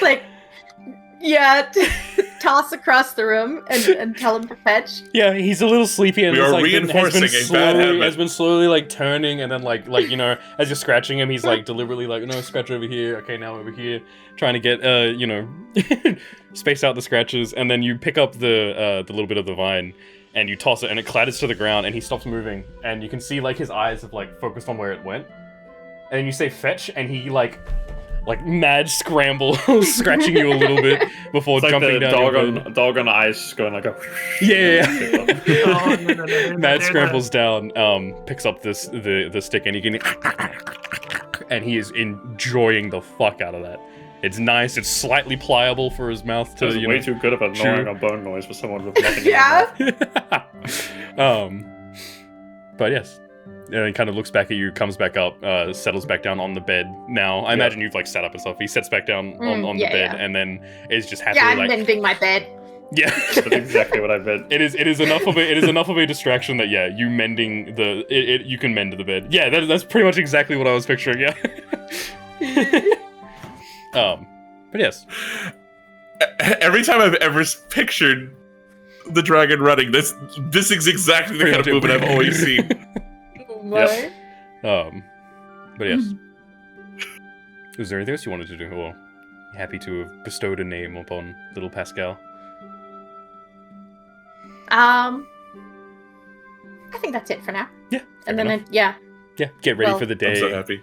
Unless Brigitte is around and wanting to talk that morning. Before I imagine I'm kind of more just imagining that you spoke before going to bed. And yeah, Brigitte would probably be to talk more now. Yeah, thankfully the benefits of having a badass druid cleric for an aunt is that hangovers don't really exist. She kind of wakes up and she would wake up and just kind of all right. And that's it, hangover gone. Yeah, that's true. Lesser restoration gets rid of it immediately. Yeah. But yeah, off to the inn. Easy enough. Clear, you said you had something you wish to do.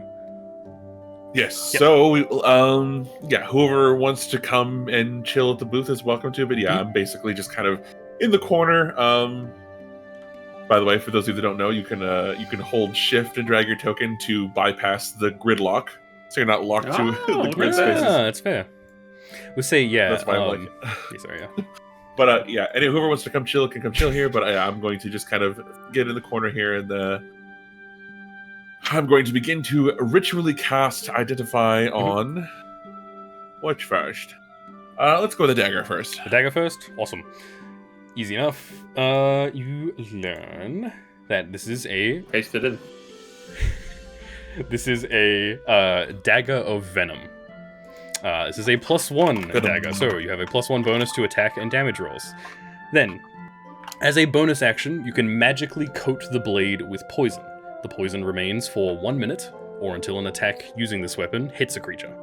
That creature then must succeed on a DC 15 Constitution saving throw, or take 2d10 poison damage, and have the poisoned condition for 1 minute. What? The weapon cannot be used. It cannot be used this way until the next dawn. After that, and I have put it into magic items. That's so good. This is a Barrymore, you fucking heart out, bro. Hey, yeah. Is a similar curve to Barrymore's dagger? Would it, It would not fit in that.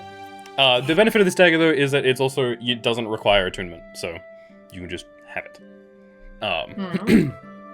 But no, it will not fit in the slot there. So if you wanted to go back and finally get rid of the other dagger and go through that whole process again, you absolutely can. But for now, yeah, it will not fit. I want to put that on Bertha. She's old. It's like half of what she's got left. She was fucking. She was like squatting with a sheep on her back when you went in there last. What do you mean? Yeah, sure. She might be old, but she's very capable. Yeah. She has to roll a Constitution saving throw every job you give her. She dies. Yes, clear. The spellbook now. Is Silas here? Like next to me? Yeah, I would have just come downstairs. Sure. Yeah, easy enough. Then yeah. As I wrap up. My cast on this, I will, I will hand it back to you and explain to you what it does. And yeah, that seems like quite a nasty little tool there. It's still quite 15. Dirty. What do you mean by that? Shut the fuck up. Well, you see, when it comes to the weave, we use very specific metrics. Yes, there's ways in which some people are harder to avoid than others in the fiction. All very complicated. But yes, That's gonna be a new good Zhon. I mean, would I need to identify the spellbook, or could I just read it? You can just read it if you want. Identify just tells you. So like. The spell could be magical. You don't know until the spellbook. I mean, it's definitely magical. Like even just looking through, you can see glyphs and different, text that align with other spells that you have. Identify would just conveniently give you the entire list of spells that it has. Sure, why not? Then I'll do the identify then. Yeah, within this spellbook, there is It is not a magical item or anything like that as it stands. It simply is just a spellbook. But in these pages. There is 3 spells here. There is Hold Person. Let me pull this back up again. What was it? Sorry, Hold Person was the first one, and then I fucking closed it because I thought I could remember it, but I'm just stupid. There is Hold Person, Command, and the other one is Haste. Sorry, counterspell, not haste. Might be. I was looking at it real quick. Because it casts counterspell, yeah. So as it stands right now, I don't think you can transcribe counterspell into your thing since you don't have third level spells. But when you get it, but yeah. Spells in this. So counterspell, Just hold a question. person, and command. Yep. Regarding the weapon, when Quincy got hit with it, was that not necrotic damage?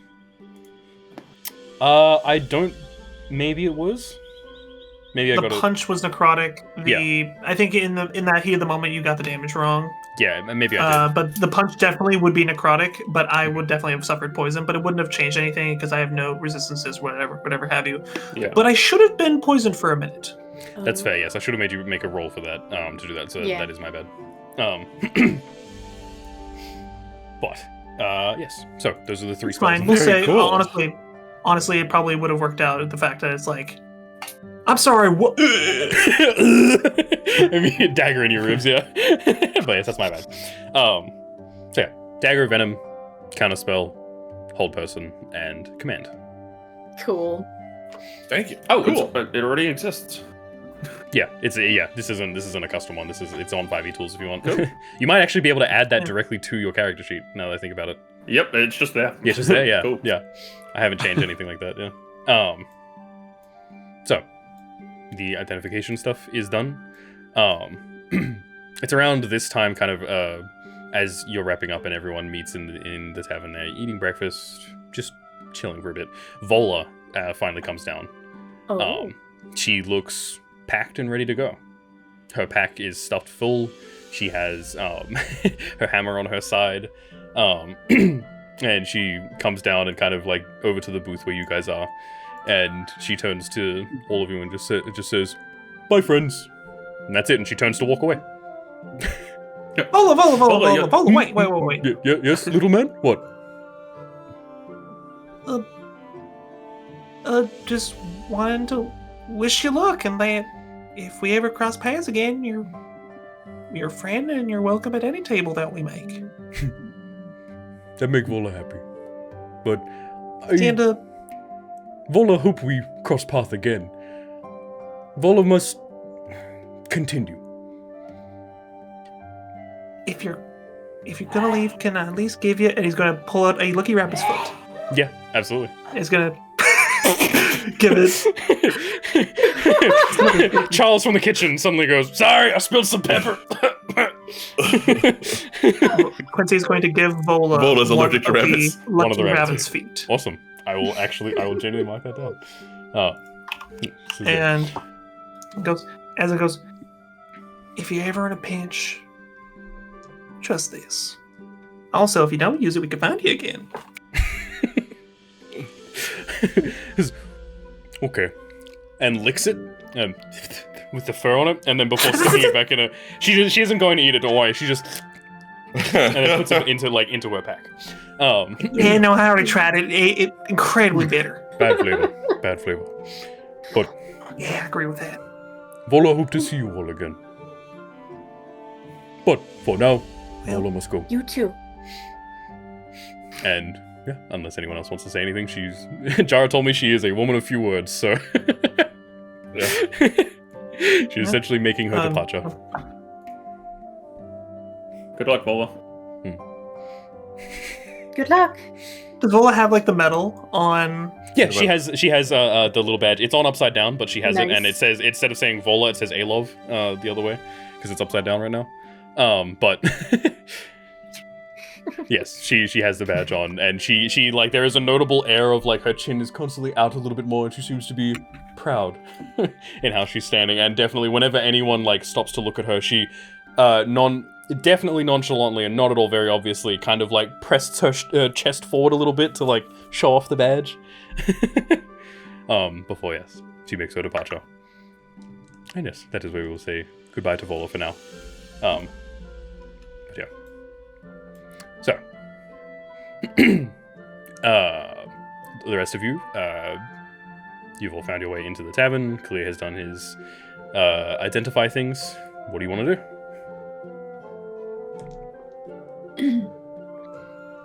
Because he's just Breakfast is again. served Yeah. Yeah. At a certain point, Angus is going to come talk to us, probably with Charles and them. Do you think it's time to let them in on this? As he gestures to the scrying eye. Mm-hmm. We've sort of been playing it with close to the chest, but after last night, I think it's high time we let them in. I think that particular aspect of what is happening is, I think there'd be no harm. Because, like I said, I want to run about with as most people as possible. There's something here. I know we can get something out of this. I just don't know what yet. All the pieces are there. Just gotta put them together.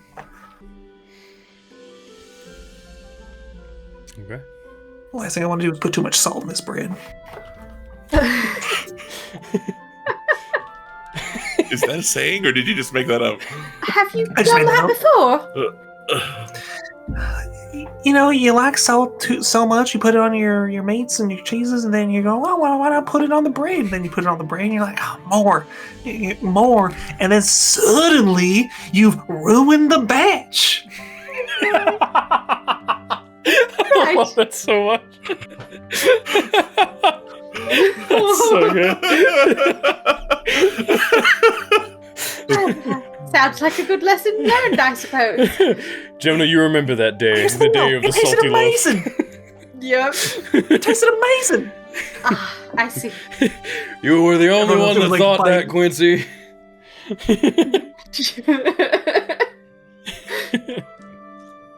Yep. But yeah, upon seeing everyone else there and being reminded of one of the darkest days that befell this kitchen, Charles comes back over. No Angus or anything, just Charles right now, and he just gestures for you, Silas, and just kind of like a yo, and like gestures to like pull you aside for a second.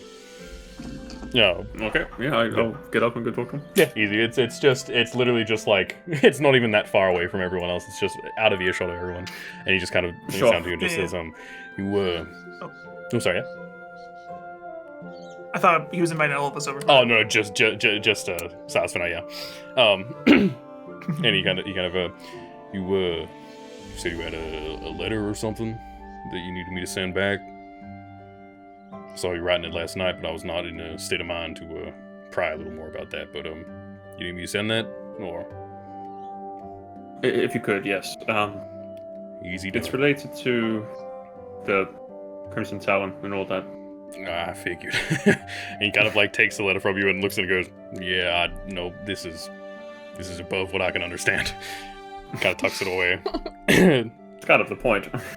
Well, yeah, I figured, smartass.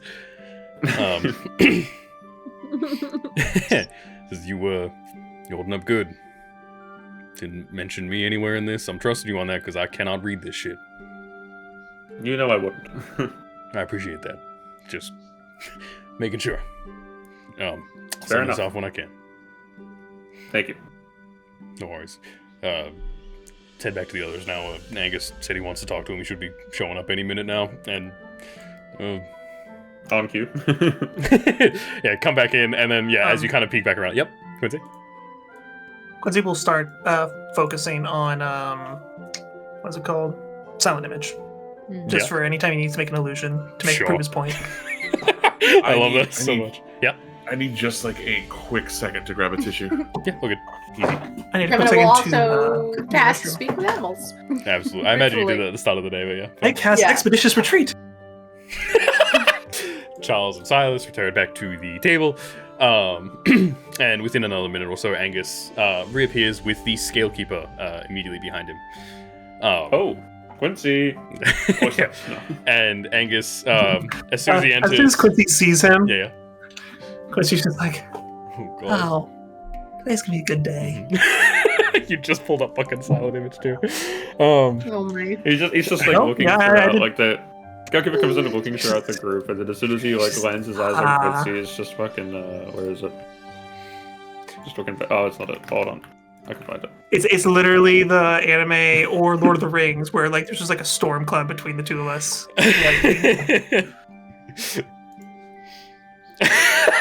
Yeah, pretty much. But yes, they both walk in. Angus looking a little haggard, a little tired. Takes off his helmet, looks around, kind of waves to some people that wave to him, spots you all, and walks back in. With the Scalekeeper immediately behind him, who doesn't look too pleased to see. He looks, to be in a regular, like, man, I drank way too much last night, and a catastrophe happened, and now I have a hangover, but I have to deal with all this shit. And then that, like, kind of like, turns into just... As he sees Quincy, just a comical sort of frown of just, Angus, he doesn't wave back, he averts your gaze, pretends he doesn't see you. Angus leads over with the Scalekeeper and just says, right, I believe we all need to have a conversation. Is here a good place, or should we head to my office or yours, Charles, maybe? And you can see Charles is like, I mean, shit, if it's that important, my office is fine. Unless you want to walk all the way back to the garrison, but, sure. And he kind of gets up and starts heading, towards the stairs to go up to his office. Huh? Gesturing for all of you to follow. Angus doesn't seem to be in the mood for chit-chat right now. Yeah. Quincy reading the room, Mm-hmm. just quietly lets Silent Image drop.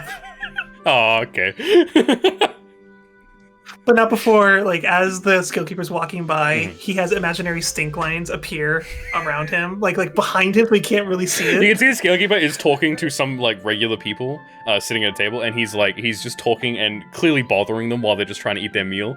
And then, yeah, you draw the stink lines coming off of him. And you can see they kind of and begin chuckling to themselves. Yeah, absolutely. He stands up, strangest things, a good day. And walks away none the wiser what was happening. And once he gets to, like, once he's out of eyesight, Silent Image drops. Yeah. So you're all brought upstairs. Charles, the Scalekeeper, Angus. Breeda's not here. But she also wasn't home when you woke up. Probably already out doing her business. But the door is shut and locked. And Angus turns to the rest of you. Clear, actually, are you still wearing your disguise at this point? Or are you... Or have you dropped it? No? Yeah? Yeah. Fair enough. Then, I guess the only thing of note, even then, it would just be some people looking your direction. But nothing... For clarity. Yeah. Clear has the thing, the disguise necklace. Yes. Yeah. So Clear has a disguise necklace, but it's currently not being used. Yes. Okay. So, Angus turns and addresses you all and just kind of says, So, if I am to believe my eyes and the hole in my chest, that was the Crimson Talon, yes? Clear?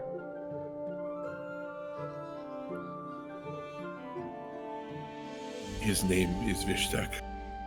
Vishtakk. That's... good name. But... right. Why was he here? You said you had some business with him before? I assumed he was an ex-lover, but I've never had an ex attack me like that before. So clearly I was wrong. Why would you assume that? That you all but confirm... Anyway. Why was he here? Did he say anything? That's very strange.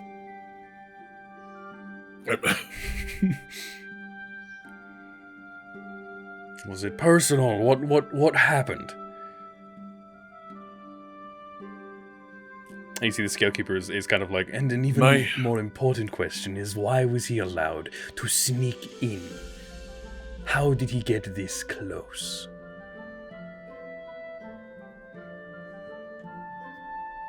My fear for why he was here was that he was repeating his past modus operandi. That's Elvish. For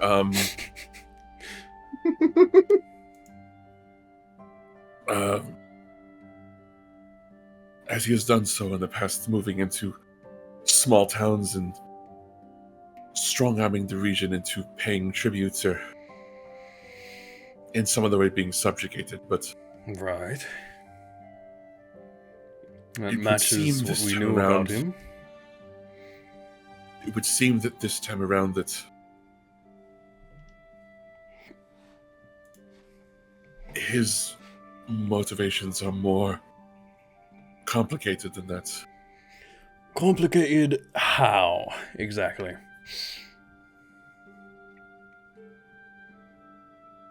I kind of glanced between Angus and Silas, and I was like, I'm not really wanting to like say everything that we necessarily know so far about what all is going on. But like, I basically just say like, It appears he has ties to some kind of cult. I don't know what... Okay. I do not know what the cult wants with Green Nest, but... Cult. All right.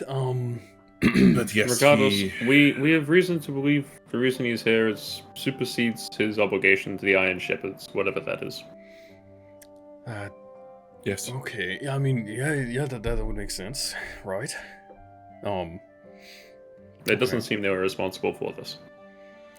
No, notably, the Iron Shepherds were actually on, well, their best behavior. There was only a handful of them in town last night. And even then, they were just drinking and having fun. No more rowdy than the rest of those around them. What you said a cult? How do you know that it was a cult?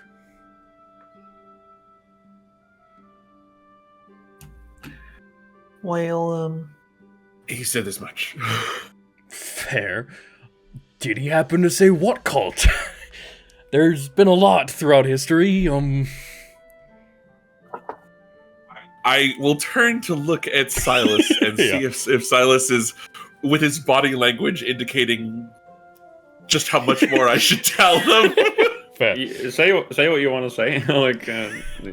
I'm not gonna like a. Shut the fuck up! Yeah. That's fair. Yeah. Sleight of hand to one. It looks like he's having a fit.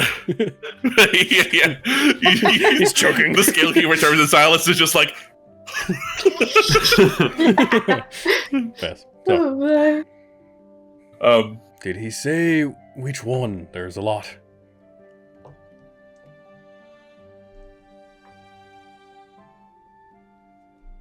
Something involving a many-headed dragon. Oh, the fucking one that I showed you the other day. The very same. Fuck me, what are the chances? pretty likely. Okay.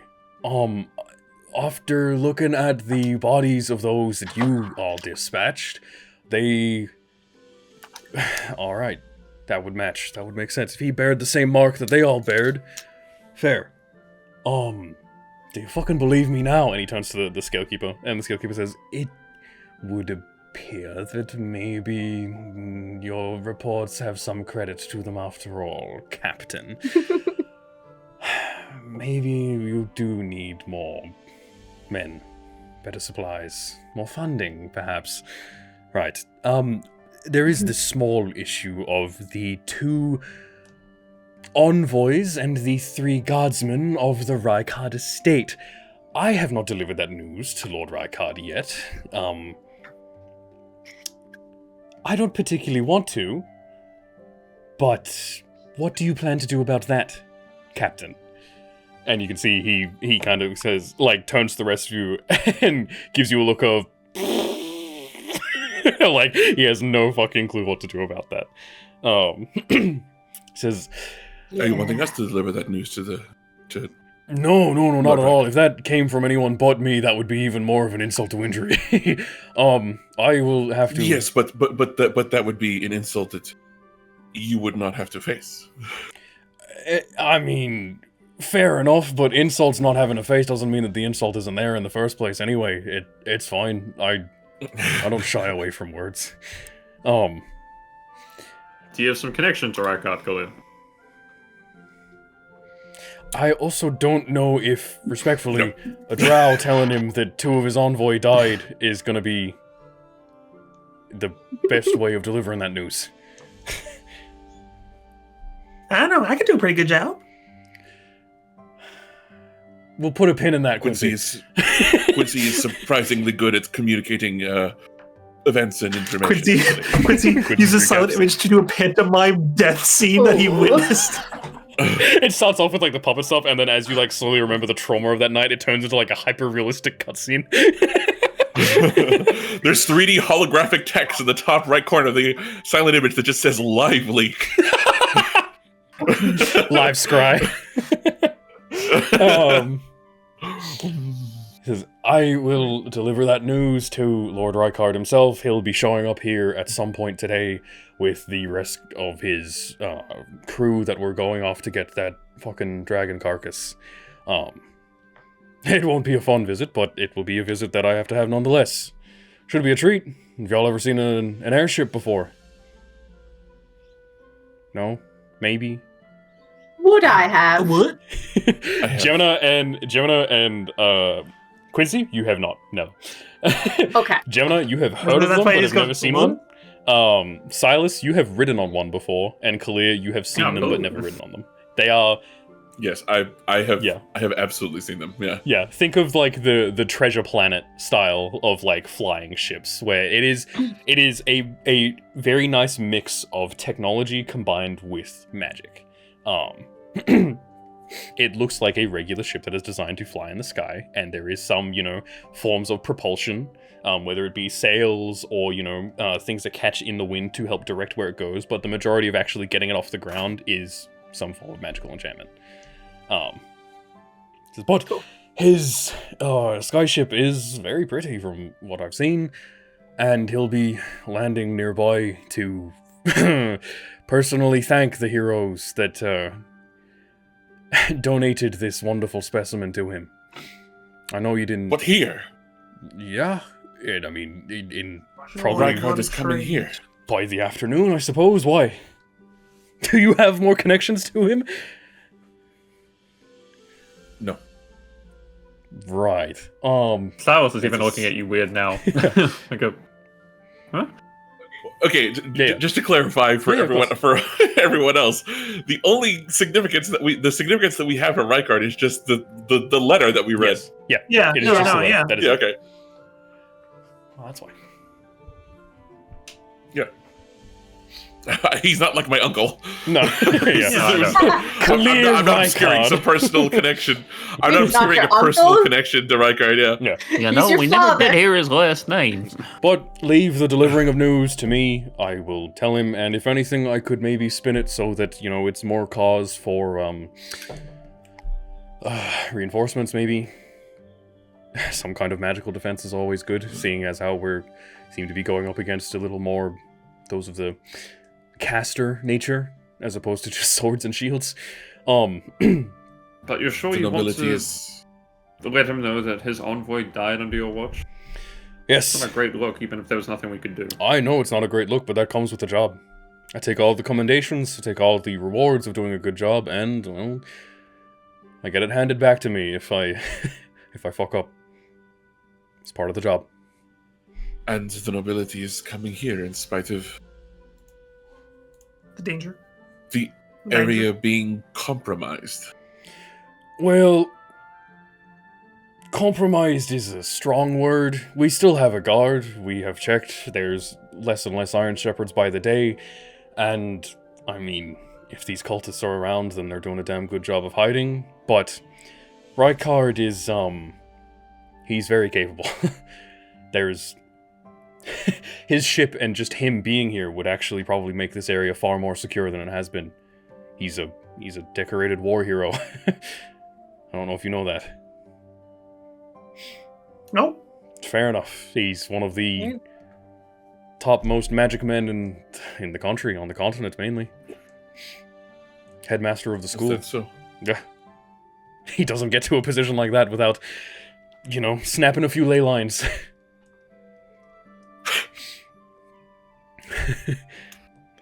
That's a good turn of phrase. Yeah, it's a good... But I wanted to talk to you and this fuckhead over here. Gesturing to Scalekeeper. What is the plan? What do you all want to do? These Iron Shepherds are our top priority, but I'm partly thinking that these cultists should be on our list as well. But, seeing as how there are more Iron Shepherds, and they seem to be closer and have posed more of a threat for a longer period of time, they seem to be first up. This Vishtakk fella, as dangerous as he seems, and as dangerous as he clearly is, I don't know if it's smart to send anyone out. Do you have any ways of tracking him, knowing where he's gone? Anything? Well, there was that one dagger he shanked my chest with. Yes, we have that. Right. Can we say Silas has cleaned it off before he Yeah, brings yeah. it out? So if you wanted to clean up, it would have taken like the majority of the morning to get it to a point where it looks like the image there, and it would have been more like asking Charles for like a wire brush to like and like scrape that shit off. It was layers and layers of caked on. It was not looked after, but because it's a magic item, it still retains its sharpness and everything. That's the beauty of a magic item. You have a dagger that he dropped. Right, that was terrifying. What do you plan to do with it? Brigid could scry on it, I guess, but that would only tell us where he is currently. Correct. Quincy looks at the... Yep. I have an idea. That you don't... But you can't get mad at me. I don't think I have it in me to get mad at you for very long. But he might. And he looks to the Scalekeeper, who just whenever you talk is just always... Reach in. Quincy reaches into the bag. Yeah. And pulls out a middle finger for the Scalekeeper. Oh, sorry. You see, the Scalekeeper was like leaning in a little bit, like even though he is still very inquisitive in nature. So even though he fucking hates you, you're like doing a little, ooh, what is it? He's leaning in and he pulls up and he just... And then Quincy pulls out the scrying eye. Right, he said, oh, that is... You know what that is. This has... I'm very well aware. Right. So where's the other one? I have been using this to establish a persona with the other recipient of this. Lorenzo. Angus takes a seat, and I promised I wouldn't get mad. Okay. Lorenzo. Yes. Has no idea. Yes. Yes. Big man, big glaive terrifies me beyond belief. Yes, that Lorenzo. Right. I have been developing a semi-rapport with him. Okay. And Quincy is going to use silent image to assume the persona. The persona, yeah. Kind of, whoa, that's... I haven't seen one of those in a while. Yes. And Quincy goes, he knows this. To be more specific and speaks in Elvish, he knows this. It goes right over Angus's head. He does not speak Elvish. He goes, huh. Fancy trick. And there's been no mentions of... There's been no, deals or anything. Seems like he's just probably a little annoyed that someone has something of his and can look in on his at his I would imagine so. Those are quite valuable and take a long time to make. Right. What are you suggesting?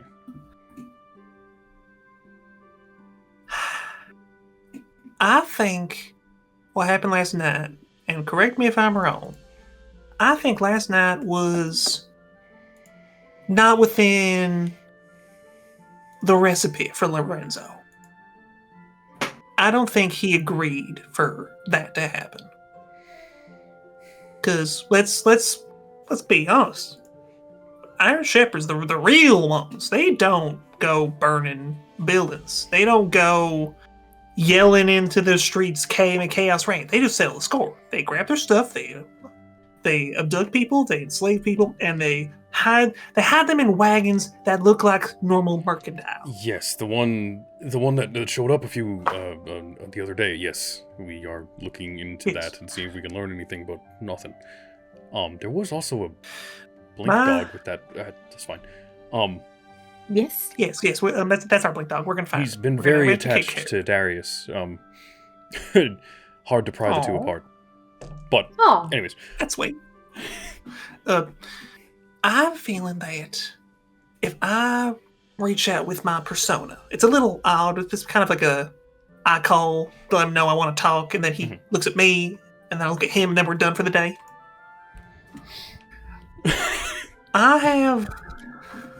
No, I know. That's exactly what it is. Yeah, it's just really funny to hear it explained out like that. Yeah.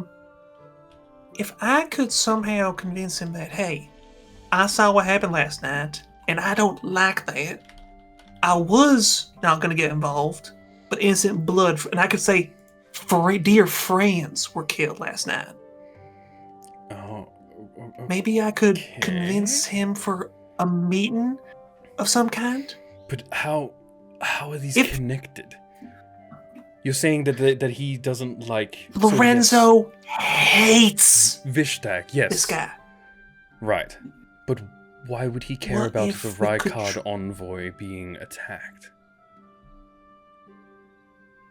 I think it draws a lot... Quincy just looks to the Scalekeeper. Yeah. Mr. the Scalekeeper, be honest with me. I don't even know his name. Yes. He hasn't given a name, and he's refused to give a name. Yeah. In all seriousness, be honest. Wouldn't the situation like this cause, I don't know, uptick in the number of guards, quality of guards, making probably lascivious acts and illegal smuggling of materials harder to do? Policy, yes, that is what must happen now. I think this whole snafu that just happened, probably is going to ruin Lorenzo's bottom line. And he's probably going to be mad. Probably very pissed. He probably doesn't even know what's happening because Vishtakk probably didn't tell him yet. If they were working together, it's probably safe to assume that they aren't doing so now. That's fair. Huh. So you want to set up some kind of meeting?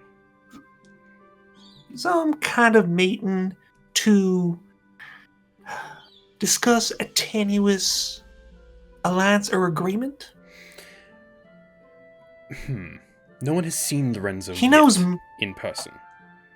What makes you think you'd be able to draw him out from the cave? The item you have, yes, is a valuable one and a very useful one, but if he is able to source men and weapons and someone like Vishtakk, I imagine it probably wouldn't be that hard to simply get another set of those scrying eyes. It's a good idea. Don't let me wrong, and I fucking hate admitting that to you, but that's a good idea. I don't know how viable it would be to draw him out, and I don't think he's going to invite any random person to his cave. Yes? If I may. I do not know much about this cult, and about what the structure might be, but my suspicion, as near as I have been able to piece together, has been that they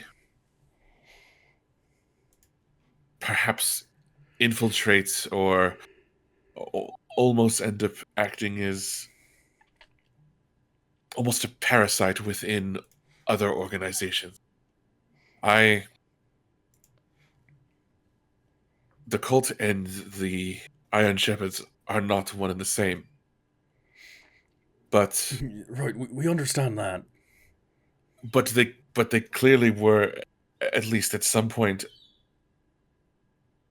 had people that were operating either alongside or perhaps even within the Iron Shepherds. You saw there's no way information. Way to know for sure. That was all the information I could gather on the cult that you're referring to. That implies that this cult has been around for much longer than we've been able to track. And I don't, no offense, maybe I understand that sometimes we aren't the best in information gathering, but I don't think that's the case. I think, personally, that this cult is probably starting up again. If Vishtakk seems to be of someone of importance, maybe he was just biding his time. I don't know, maybe the cult found him. Maybe he found the cult. It's hard to say, but they're not Iron Shepherds. You're right. Those are two distinct entities. They are. I'm not too worried. Cults have a way of sometimes they will exist for any unknown amount of time, going back to the dawn of the land, and, Yes, and sometimes yes, I know. we'll go dormant for very, very extended periods of time, and then might rise and flare up again as Right. whichever personality happens to be at the center happens to gain more followers. Right. The point that I am trying to make is I doubt Lorenzo is very fond of this cult. I don't think he is either. I doubt he even knows of its existence. Therefore, Quincy's idea is sound because we have a way in which our interests are aligned. So you would be presenting to him not just returning back his shiny new artifact thing that he has, but also this information about a cult and Vishtakk and everything. To what? Make an alliance? To what's your goal? Well, if there's one thing Lorenzo probably needs right now, it's allies. Was to say my persona joins. Joining the Iron and it's a Shepherds. conditional joining. Right. Conditional. He says, I will work with you until that red lizard is strung up by his heels. Okay. That's me saying that. He's kind of. It's risky. That's problematic. It is risky. Right. But here's the one thing, though. Right. I think Vishtakk can see through some form of illusion. I was watching through Penelope. Right. He looked at her last night. At her. Not just looking in the air. Like, he knew exactly where she was. Shit. Do you mean... Yes. If it was... While she was invisible? Yes. That's concerning. Either that or he's... Right. So, any form of trying to sneak in, at least while Vishtakk's around, is no-go. But Really? I think a believable enough ruse could at least get someone in. Heck, we believe Clear was a normal high elf for a good while. To be fair, it was just a simple skin color change. That's true. He's still the devilishly handsome, annoying little shit that he was a few days ago. I mean, just purple. Quincy, like, makes the illusion. Goes, Yeah. I'm sorry if it's a little ornate, but what's to stop us from making this? And then having somebody just dressed up go join. That is fair, but from what we have gathered with the various Iron Shepherds that we have interrogated, the location of that cave is pretty well kept a secret. The only one that we thought may have known the location of it was the one that killed two of our own when you were away, and we haven't seen him since he broke free. Well, that's when negotiations with the scrying eye could come into play. Fair, okay. My thought is this. We don't need to find the cave now. But prove that we're, 1, trustworthy, and 2, dependable. That could buy us a ticket, if not to the cave, somewhere nearby where we could then find it. Fuck, that's a risky plan, to say the least. There's a lot of variables in that are just beyond anyone's control, but... Fuck. Are you suggesting we all disguise ourselves? Quincy's good. I think I stick out like, what's the word? Mr. Skillkeeper, what do I stick out like? Like an annoying thorn that I stood in and can't remove from my toe. What do you want? Like that. Sure.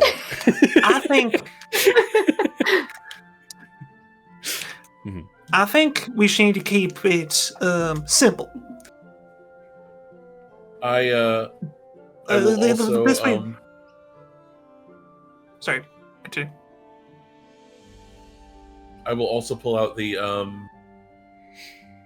ceremonial shank that we got Yes. from when we were investigating the Krausgard garrison, and Krausgard bunkhouse, and I pull it out and I say, the guard house. It may also be worth scrying with this to see where its previous owner might be. If that is someone that perhaps may have returned to the cave. The connection. How long have you had that in your person for? Since you, investigated that thing? Almost a full week ago? That it's a start and it's good. And if Brigid is up for it, that could definitely be something we can do. But I fear that it has been too long since it's been in that person's possession. Still worth a shot. That's a good idea. He did know, and when you are scared and alone, you run back to known ground, so maybe? I guess? I hate that both of you have had good ideas. And the Quincy go, I have an idea. And I know, it's a rare thought. Oh, yes. Illusion smoke comes out of his ears. Shit's overclocking. Yeah, that's right. I never said that I was alone. I just said I've been traveling as the persona, and that my traveling's very important. Wouldn't it be believable that a traveler of that stature would have a retinue with it? That could work, yeah. And I mean, we could dress up the rest of you. If you let Barrymore go is the only thing. So you traveling as you are now is probably not the smartest idea. No, but we'll probably have to not bring our normal stuff. Probably gonna have to leave behind some things. Just say as a, no offense, Jamina, but you're the only person that carries and can wield that. Clear. Yeah. I don't even want to begin with where you found those. The fanciest fucking swords ever, yeah. And so, Quincy looks at us. No, actually, you're kind of a, you already... where are your daggers? Love it. And that's a good idea. Just puts it and just puts it down. So all I need is, a wand. Quincy pulls out his book. Pretty sure I can use this for my casting. Let's see. Magical in nature. Yeah. Oh shit! His room fills with light. Yeah. And Quincy just closes that and goes, see? Yeah. All we gotta do is set up a meeting. Right. With the intent of, I did not like what happened last night. Mm-hmm. I want to wring that lizard's neck. Mm-hmm. If that means joining your group, if only temporarily, then so be it. But let it be known, I will ensure that whatever thorn that creature has become will be removed. Granted, also, he's terrified and we're begging to go after him. That is fair. That cannot be understated, that yes, if Lorenzo doesn't even want to hang his men out to dry to go after Vishtakk, you showing up and doing exactly that could be exactly what he wanted.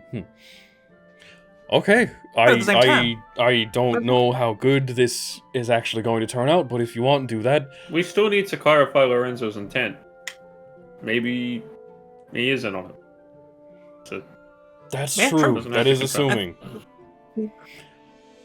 There's a lot of unknowns, and I think there's never going to be any actual knowns. If you have an idea and you have a plan for this, go for it. I just say maybe check with Brigid first. Those scryings could be more information before you start this. Could be a good idea. Definitely. Yeah. All right. Well, I have got to go and prepare my apology / please don't kill me on the spot, Mr. Scary Wizard Man, for when Lord Rykard comes here. Thank you. I'll be in touch. And he kind of stands up. And when the Scalekeeper stays a little longer, he kicks his shoes, helps him get up to his feet to leave. Charles has just kind of been sitting there quietly the whole time, just Like, this happened in his office, and he didn't say a word because it was just kind of like, oh, you know the leader of these guys. Oh, you're planning to infiltrate them. What the fuck is happening? It was a little much for Charles. But they get up, and unless anyone has anything else they wish to say, they will leave. And yeah, it is now just you and Charles in the room, and Charles just kind of turns to you, Quincy, and just... I never knew you were that smart. That's... Yeah, see that look right there? What? That's the look... There is no way that those words just came out of that face.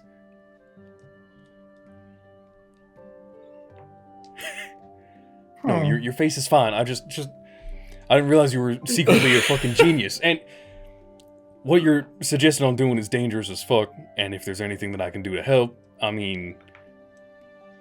shit. Unfortunately, Charles, you're pretty identifiable. Yeah, that's true. No one else is as ruggedly handsome as me. Fair. Quite frankly, all we need is for Gemina to not just take a normal longbow. Apologies, Gemina. I'll need to leave this behind. Claire will need some just normal longsword. True. Normal longsword work too. Claire needs to just bring some normal short swords. Okay. Whatever the alternative is for them scimitars. And Silas, I don't know, change your cloak. Just turn the cloak inside out, that's it. Get some, But I like this one. Yeah. and Fair. As for me, probably need to wear a Quincy- helmet or Quincy's something to go with the face. I mean, and to be fair, I can always... Yeah. You go. Quincy's go, I can always... Quincy, walks without the stick for a bit, and there's an obvious, hobble to it. Quincy goes, how obvious does it need to be that I kind of need my retinue with me? Yeah, I don't like that this plan is starting to make more and more sense. And even more to add to that, Silas, that fucking armor that you're wearing, there's a big fucking hole in the front, right? Do you still have that sigil? I got slotted in and it kind of just stays there. Yeah, it's very loose. It definitely isn't as welded in as it almost was before, but it sits in there. It's like, shit, I mean, if I find something to cover up your face, yeah, that's a pretty good sign. I don't know, just another thing to keep in mind, I guess. Maybe you could even pretend that you're one of Lorenzo's trusted that is guiding Quincy and his group. Just an idea, I guess, and I fucking hate that. Who knows? The answer could be something along the lines of, you recognize their cause, but didn't want to make yourself known, wanted to work in the shadows to build up your rep. Who knows? You've even infiltrated the group of heroes. Something like that. I don't like without this. Lorenzo or anyone even knowing me, and Barrymore being like, "Hey, that's my sigil." Yeah, trust me, it's fucking dangerous, but it could buy you a few extra seconds of people, maybe, who's that group of fucktards coming into the cave today, and then, oh, well, that guy's with them. Who's that guy? I don't care. I have a feeling that the moment we enter that cave, we're a very, very short fuse before the proverbial dynamite goes off. So, forgive me, but say you find the cave. Say he agrees. Say fucking Lorenzo gives you a front row ticket. You walk up, and what? You tell him to work. Are we suddenly supposed to be all buddy-buddy with the Iron Shepherds now? Do you forget what they did to this place? No, I don't.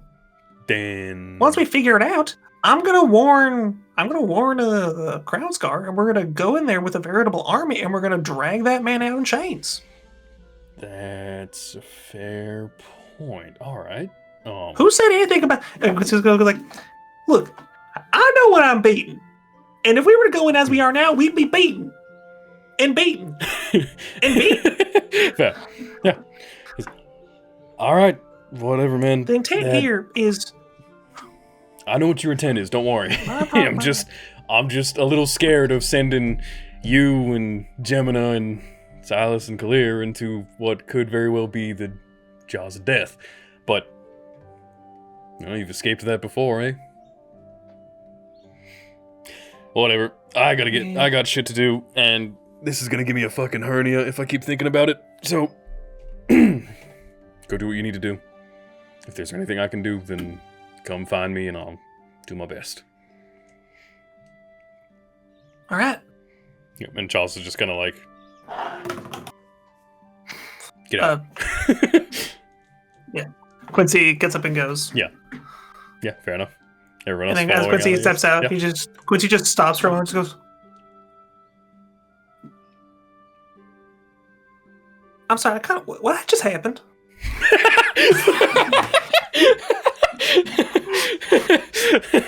He's like zoned out while I was having these smart thoughts. Yeah. He goes back, he's like, "Oh, what were we Look, I'm talking sorry, about?" but I'm that's like fair. trying to like think through this, and I'm playing an 8 intelligence character.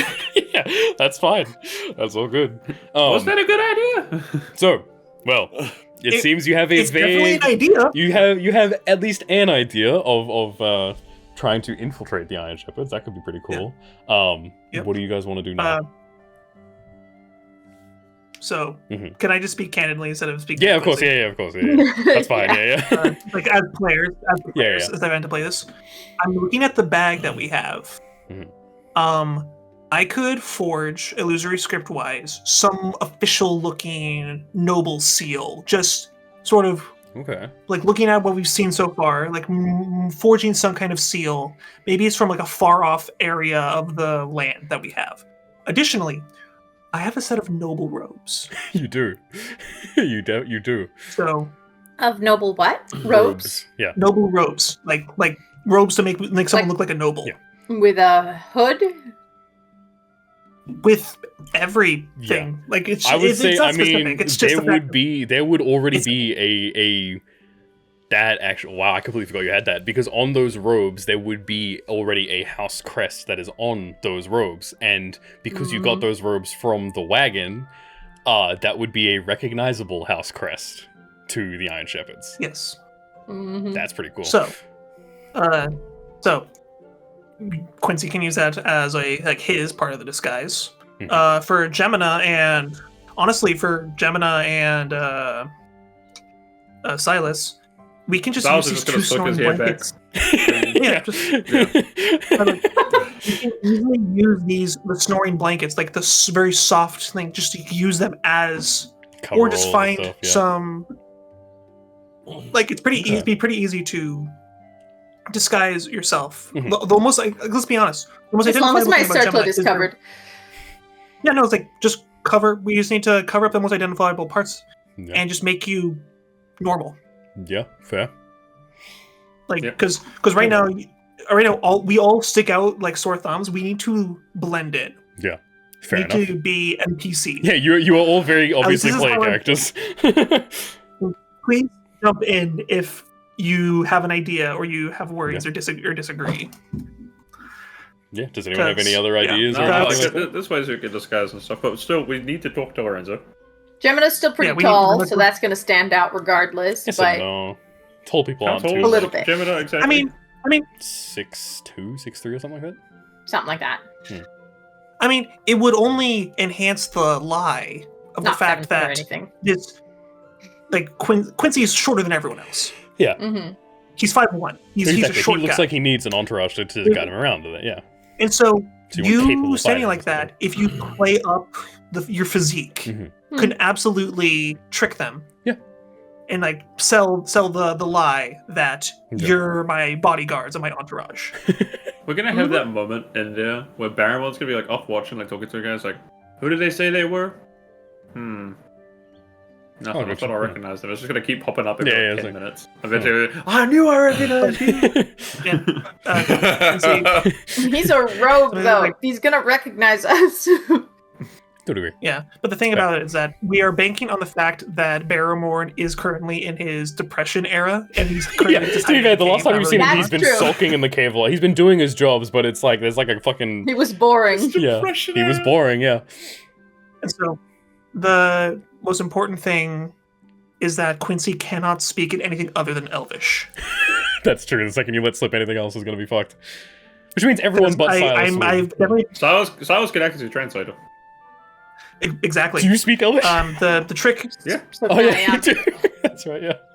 the So do trick I. here is that I've We been all like this is do. just like a peek like every time Wait. Quincy has like shifted his. Do we all speak Elvish? I think everyone speaks The Elvish. whole party speaks Elvish. It is one of the. Oh It my is God.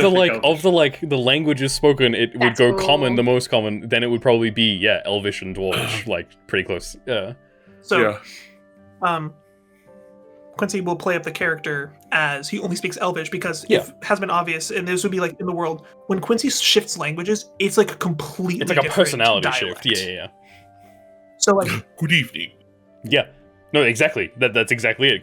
Quincy talking normally versus Quincy talking in Elvish is like two different things. No, that's what that's done. Yeah. Quincy talking in Draconic. So, you have the essence of a plan, I guess. What do you guys want to do now? Do you want to go to and seek out Brigid and try and get the scrying information stuff, or Yeah. Before we do anything else, Yeah. let's go to Brigid's. Yep. Oh, hey there, Camp, how you doing? Oh, was that to the little baby dragon? We don't know the name's Pascal yet. Yeah, that's true. Oh, you haven't introduced us as Quincy was I reaching didn't out hear to like. who you said you were talking to. Sorry. And Quincy was like, "Oh, hey there, little scape, how you doing?" Ooh. Yeah, snaps at you a little bit. Yeah. No, I like to imagine he goes like he pulls his hand away. It's like almost. It's like holding onto the hand. Just hanging out Almost his go. teeth. Where'd you go? Yeah. Oh. Oh my God. Quincy does like an unusually long blink, so he doesn't realize it's gone, and the time he pulls it back. But yeah. It's perfect slapstick. Mhm. The animation writes itself. Exactly. So, heading over to Brigid's, I imagine. Yep.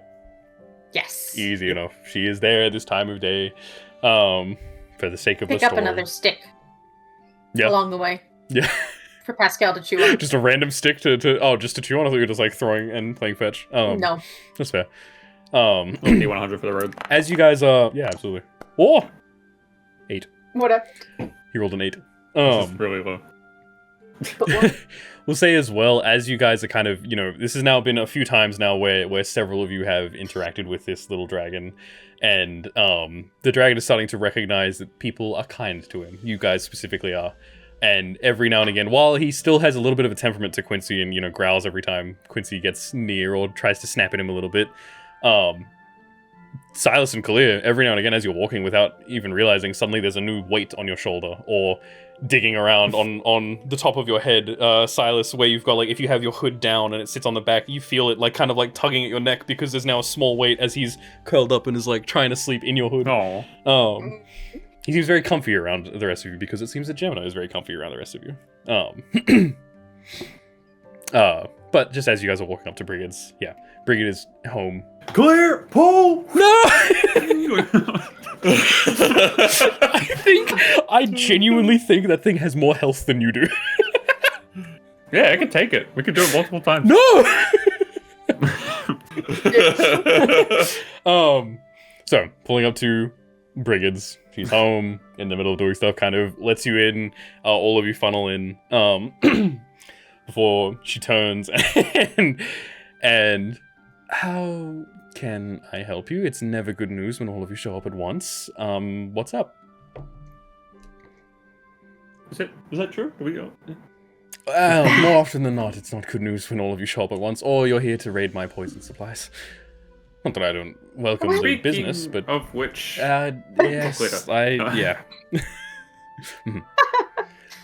I would say we have more bad news today. We've just been trying to figure out what to do about it. Fair. Same bad news, I guess.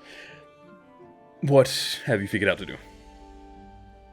Well, we were wondering if you could maybe help us by scrying?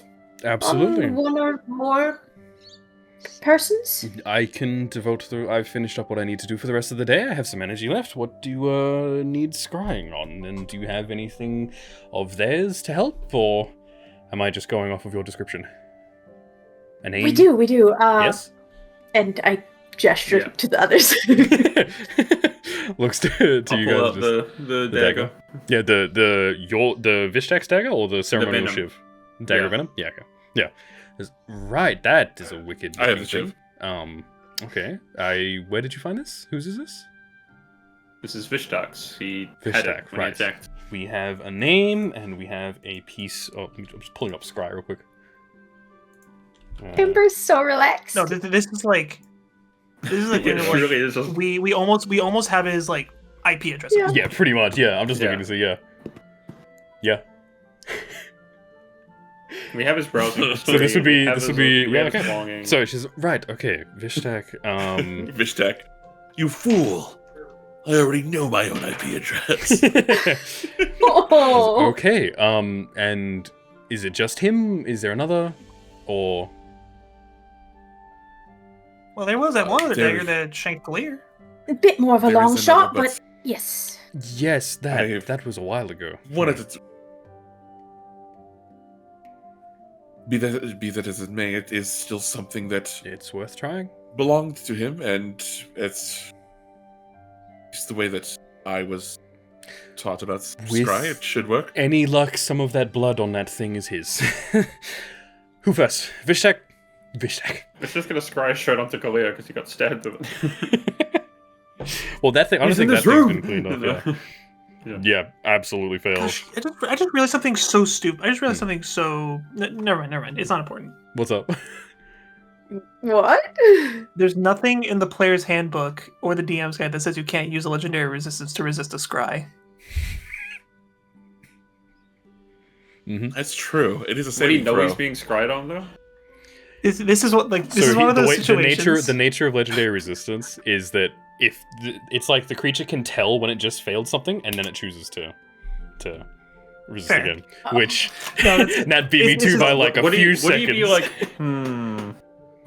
It's What do getting you a think? weird No, it's feeling. one of the- I'll use my legendary resistance. Yeah, it's literally it's things are powerful enough to have a weird feeling. They're in touch with the weave even without necessarily being very magical in nature.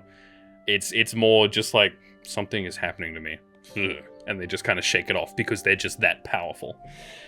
Which you beat me to it by about 5 seconds, as he would have failed the save as he rolled a -2 on that. But Wait, Whoa. minus How? two? a -2, yes. What did he roll? He had a -2 because his Well, this is wisdom. Probably if we Wisdom. rolled that low, we get a little. His wisdom. I'm not going to reveal the stats of it, but the Okay, yeah. roll already had a -4 to it because you had a garment or another possession of his. It is not the -10 to the roll because that's you don't have like an actual body part or anything of him. But the dagger is enough and a name. There's and not all a chunk of his arm on my blade or anything. yeah, like that? still holding the dagger is his hand. No.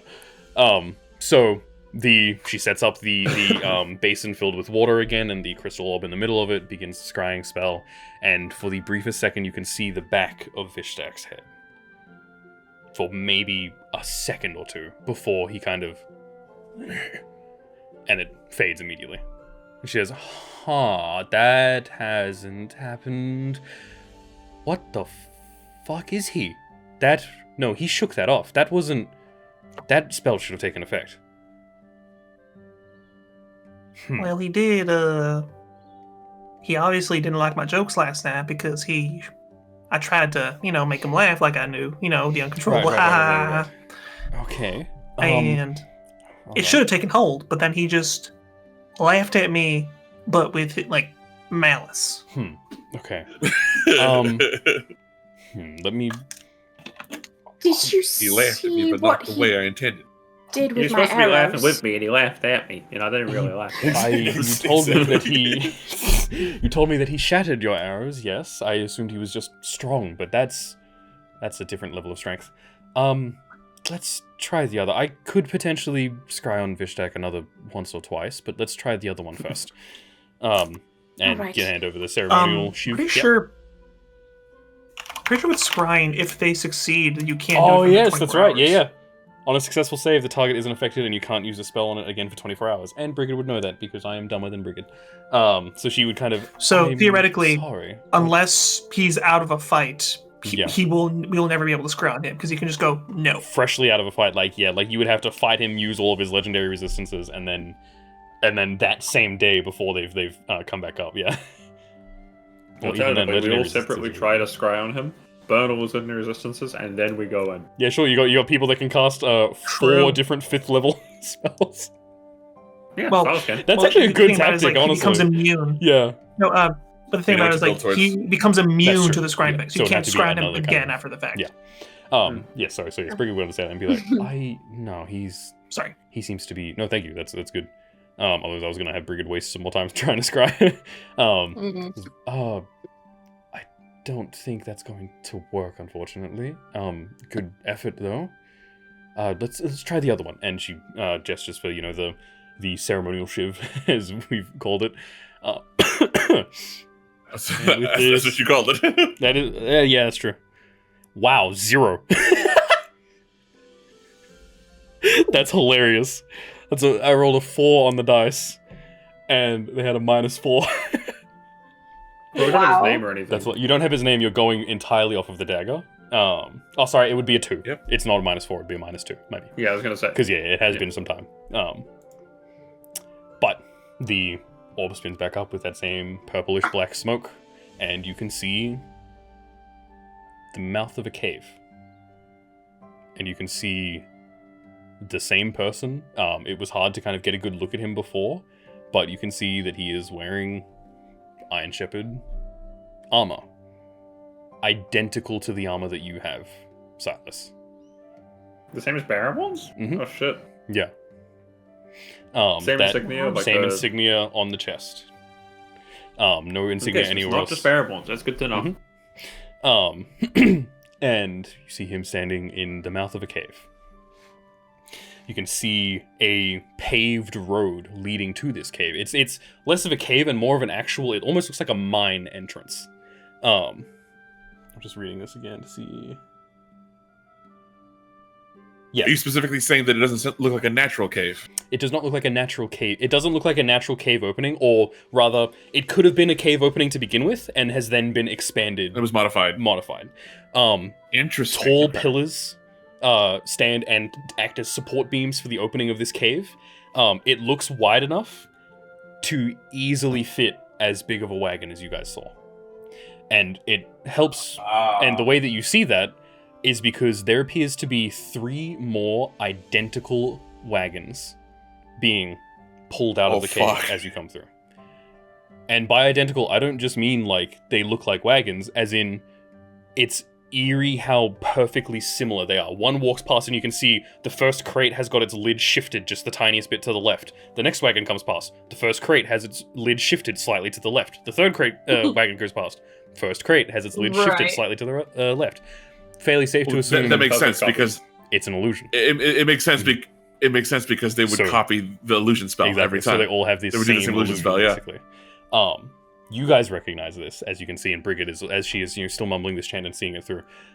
You can see this individual, bald, tan skin, a couple gashes on his face. They look recent, but he is gesturing and kind of like almost like a what's the guy called at the airport with the things ushering the planes. Yeah, that's it. Yeah, he is directing the wagons to come down, and you can see there is a staircase to the side of this like ramp up. Sorry, I'm getting ahead of myself. He has 2 sticks that someone has cast light on. Yeah, exactly. And he's standing on a CT and a TC. he is standing on a paved path that appears to go behind him and extends past where the scrying spell lets you see. It looks like a paved road. As it continues up towards the side of this hill where this mine/cave entrance is, it turns into more brick-laid stairs, and then on the right side of it is a gentle slope. It looks like this is a very, man-made and deliberate staircase, and then next to it is a place for these wagons to come in and out of this cave. I would like... Technically, Brigid should make this, but that doesn't seem fun, so Gemina, since she's your auntie. Give me a perception check, please, as you're looking through this crystal ball. And I'll say you could have advantage with everyone else being, helping you look for this, basically. I just didn't want everyone to... Can I give her guidance? Pardon? Go, Gemina. Yeah, guidance. You can have guidance on this, yeah? Can I give her guidance? Yep. Guidance. Yeah, so advantage, add a d4. Guidance is a cantrip, right? Yes, it's a cantrip. It's a cantrip. It's a Can I have great guidance? fucking cantrip. And you said Your perception? guidance is a cantrip now. Perception. Yes. Brigid's Hut is one of the few buildings that does count as being in your favorite terrain. as it is literally living forest. We gotta remember that you have that because we're gonna be asking for that a lot. Mm-hmm. So that is a 25 without guidance. 25. Do I roll guidance regardless?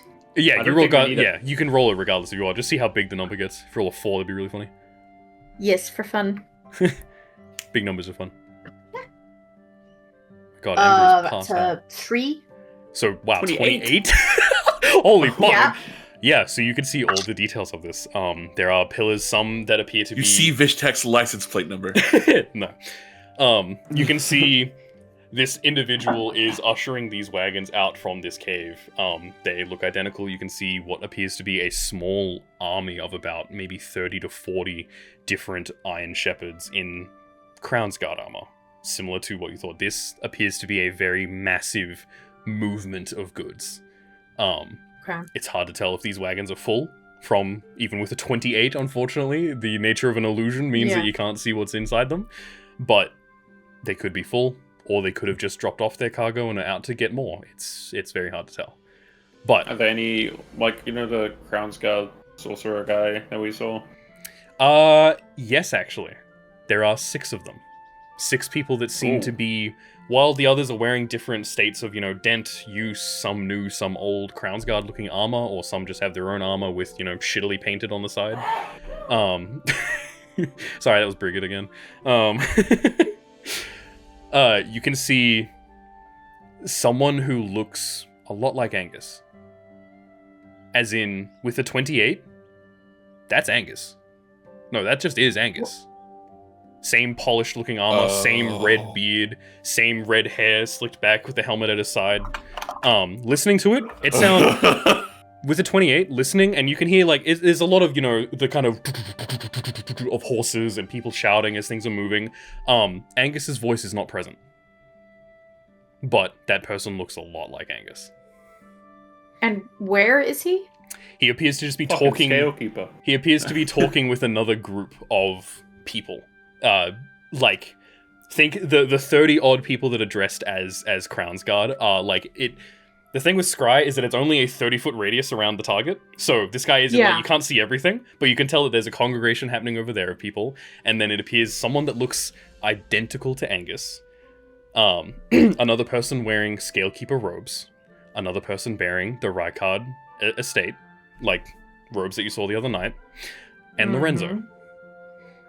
All 4 of them seem to be talking out in the open in front of this cave as things are moving. Quincy, talk to him now! And you're saying Angus's voice is not present because he's too far away? No. I want to be very clear about this because I love false leads as much as the next person, but no. Yeah. That person looks exactly like Angus, and you can see as their mouth is opening, someone with a completely different accent, speaking a completely different dialect, is talking. Right. And every now and again, whenever he shifts or something, you can see his hand pass through the sword on his belt. Okay. Yeah. So this is very obviously an illusion, meant to look like Angus. Yeah. So, that is what you see. Right. With a 28, pass that information along. Scalekeeper? Pardon? With a 28, does he have the mannerisms of the Scalekeeper? He doesn't look like the Scalekeeper. He doesn't look like the one that you guys know, but he is unidentifiably... He is absolutely wearing, the robes of a Scalekeeper. It's just definitely not the one that you've seen, and the one that you've been terrorizing, Quincy. Yeah. He deserves it. But you see a lot. I was kind of counting with a 28, and the fact that this guy rolled a 4 with a -2, it's hard to tell where exactly this cave is, because as he's still opening at all. Pardon? Past the opening at all. No details. Oh no, this is outside. This is all happening outside the this is outside. cave. Yeah. Sorry, this is outside, looking in. These wagons are coming from the cave entrance and down, and you're kind of getting, as I'm describing all this is essentially this guy is, doing this and backing up the whole way up the path, so you're seeing more of this as he moves, because scrying lasts for a little bit. Yeah, and you said the recognizable people were Lorenzo, an Angus impersonator, and what looks to be a scale keeper. Mm-hmm. As well as someone from bearing the same robes as the Rykard estate. Yeah. Yeah. Okay. Actually, I would like Silas and only Silas to make a history check, please. Okay. Wow, 18 plus 1, 19. Damn. Okay, with a 19, the robes that you see on this Rykard estate person, they look a little grander. They look a little more detailed. They look a little fancier. They look freshly pressed. They look ironed. And it's not so much like a fancy outfit. These look like robes. Wizard robes.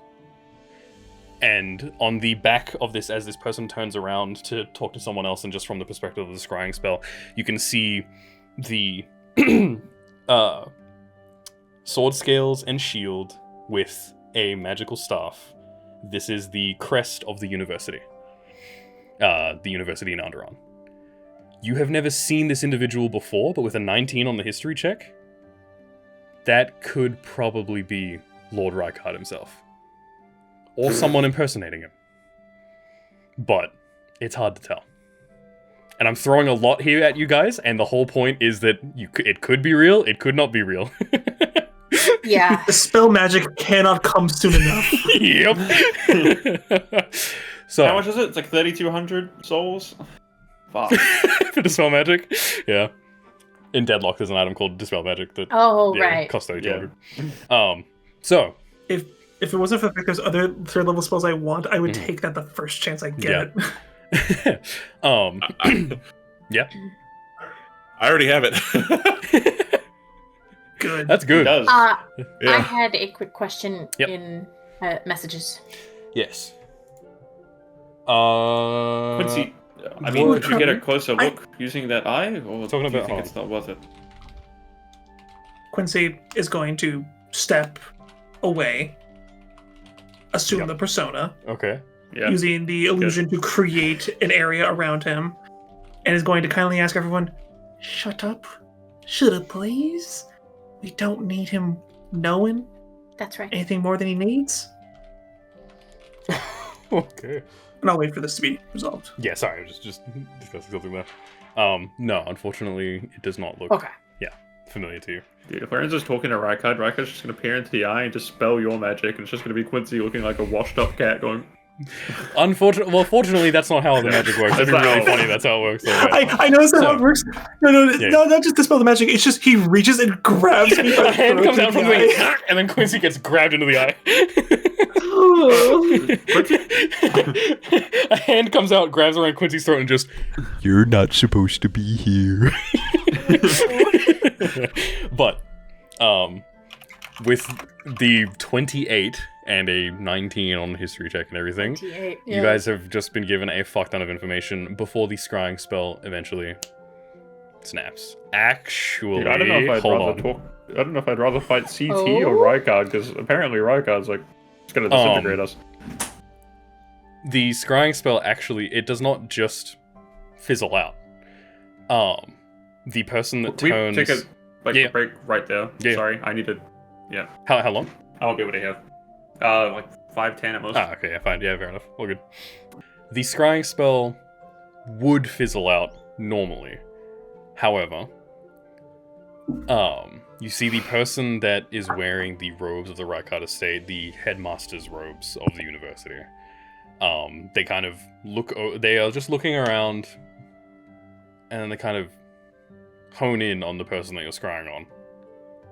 And they walk a little closer. And you can see they mutter something under their breath. And their eyes flash with a slight blue lightning almost. And they... You have a tail, friend. And the scrying spell snaps off. And that was... Dispel magic, eh? Yep. That was the person from the Rykard estate? Yep. Is that right? The person that may or may Possibly not be... even the Lord himself? Yeah, may or may not be the Lord, yeah. Also, you're still muted, Zhon. Oh, sheesh. No, you're good. So yes, the spell would have fizzled out by then, but just before it would have normally fizzled out, yeah, it appears that Oh my. someone caught on. So, that is it. Brigid kind of looks back, and as you can see, like, Brigid was originally, doing the somatic components of this spell the entire time while it was being cast and watching.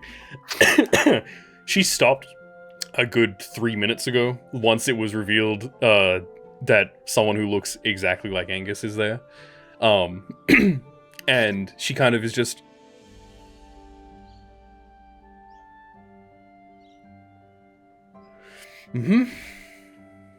Was that insightful?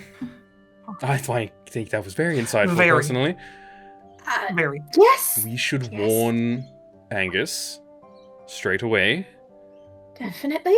Y'all go do that. I'm gonna do my thing. Fair. Well, how long will your thing take? I'm kind of curious as to how it's gonna go.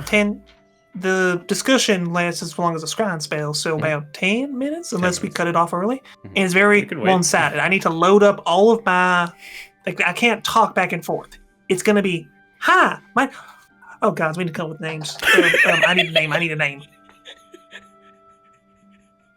That's right. You still got Quincy, Quincy reaches into the bag and pulls out the noble robes. What is on these? It is. Let me have a look see here.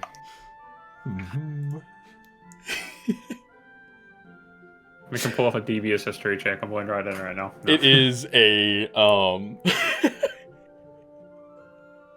it's a filigree M. Just an M. It does not appear to be, like, if anyone would make a history check, the DC for this would be 25 to try and, like, recognize this. There are a lot of noble houses in Elloxus. Some of them are well known, some of them are not. It kind of makes more sense for the Iron Shepherds to pick a lesser known house. So if anyone can possibly roll a 25 on a history check, you are free to roll. If not... Who here? Am I allowed to add a game to ask? You can metagame. You can metagame the fuck out of this. I'm happy with that. All right, friends. Who has the highest history here? Because it sure ain't me. Not sure me. Ain't me. I believe that might be clear. You've got a +5 to history, yeah? 6. You have a +6? Okay. So it's possible. It's possible. So, Kalir. Without a crit. Look at this. The talisman on your neck. Which is a D4. Another D4. Oh my god. I'm now going to learn. This is where I learned that nothing in this campaign is safe with a simple fucking history check ever. Okay. And here's 2 lucky rabbit's feet. Okay, so this roll had. Why the fuck would Kalia be able to know this though? Are you proficient in history, Kalia? Yes. Then yes, you can. Okay. So you are making a single history check. This is a D20, adding 2d4 to this, plus 2 whatever your other modifier is on, because you got. I'm gonna set this up in Foundry because none of us are good enough. Please put this in Foundry. The DC is 25. This needs to be the Foundry. So yeah. So D20, 2d4, 2d4. You said? Yep. 2d4 plus whatever your modifier is, and then plus an additional 2 because Quincy has given you 2 lucky rabbit's feet. So but only the 2 are just in case it fails. Right, nah, fuck it. I'm saying this is an all or nothing roll. This is meant to be fucking obscure. Right. I'm saying this is an all or nothing roll. You all ready? Uh-huh. Here goes. Oh, gosh.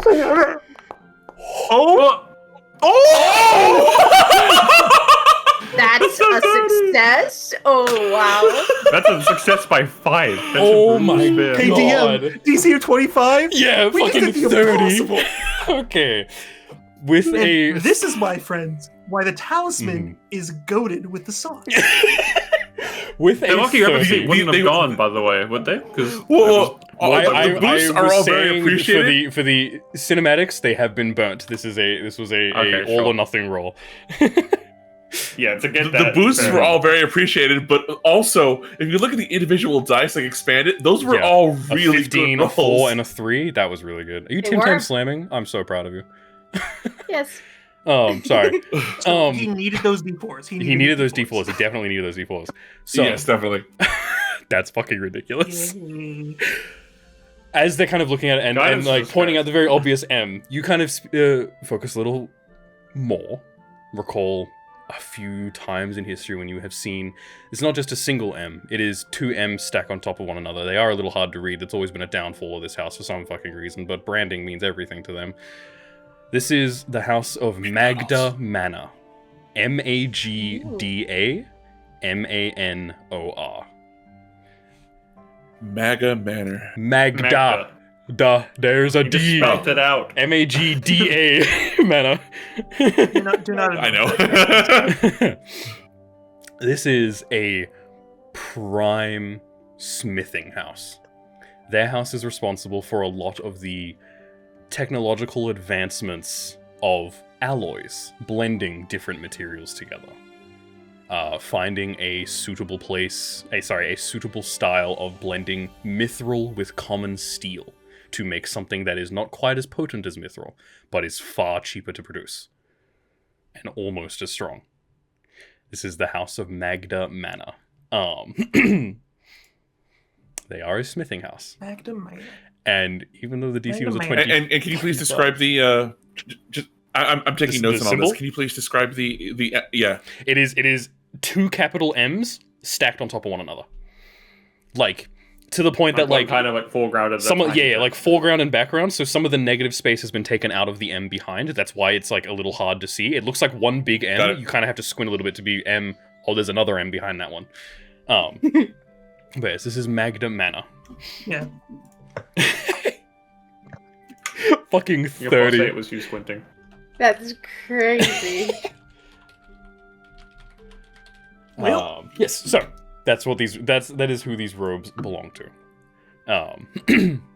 Magda Manor. Magda Manor. I can't fucking believe that. Hey, you gave us a DC? I did, and I was your set it to fault. 25. I'm like, 25 is supposed to be impossible, like near impossible. At this level, yeah. At this level, yeah. It should be. Yeah, I mean, I will pass on that information absolutely. to the group, and All it takes is Yeah. some metagaming. All it requires is to make a build where the whole shtick is, I'm gonna make sure we don't fail ability checks. Yeah, pretty much. But that wasn't metagaming. That was a team effort. It was, just yeah. us It coming absolutely together. was. Quincy gave specifically you every resource he had and said, go Because for it. Because you well, are I like to imagine all of us everyone else is looking back and forth between each other, kind of being like, no, I didn't know anything. And Clear's just kind of like, and all it takes is that slight head turn and squint for Quincy to be like, you know something, I know you do. Here you go. Exactly. These are looking rabbit feet, one for each foot. There you go. Yeah. I can tell it's on the tip of your tongue, and I just need to help you a little bit. So, Magda Manor. Right. Mhm. Magda Manor. Quincy goes, all right. Is the Magda the first name or the last name? Oh, I'd assume the last name. Usually a house is defined, or a manor will be defined by its family name. Magda. So, So, Quotatious Magda. Magda balls. no. Hexer Magda. Hexa Magda. That's a good fucking name. Also, it continues the naming convention. 'cause Exactly, it's yeah. 6. Mm-hmm. Hexa. That's so fucking funny. Quintus is now Hexa. Oh my.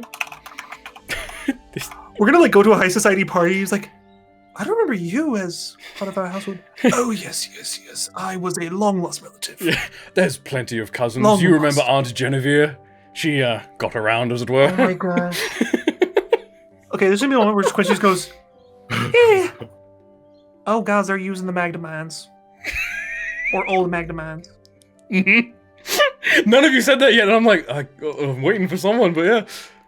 Yes, Quincy, in that moment, I mean, 30. it's a mine, and a blacksmithing house.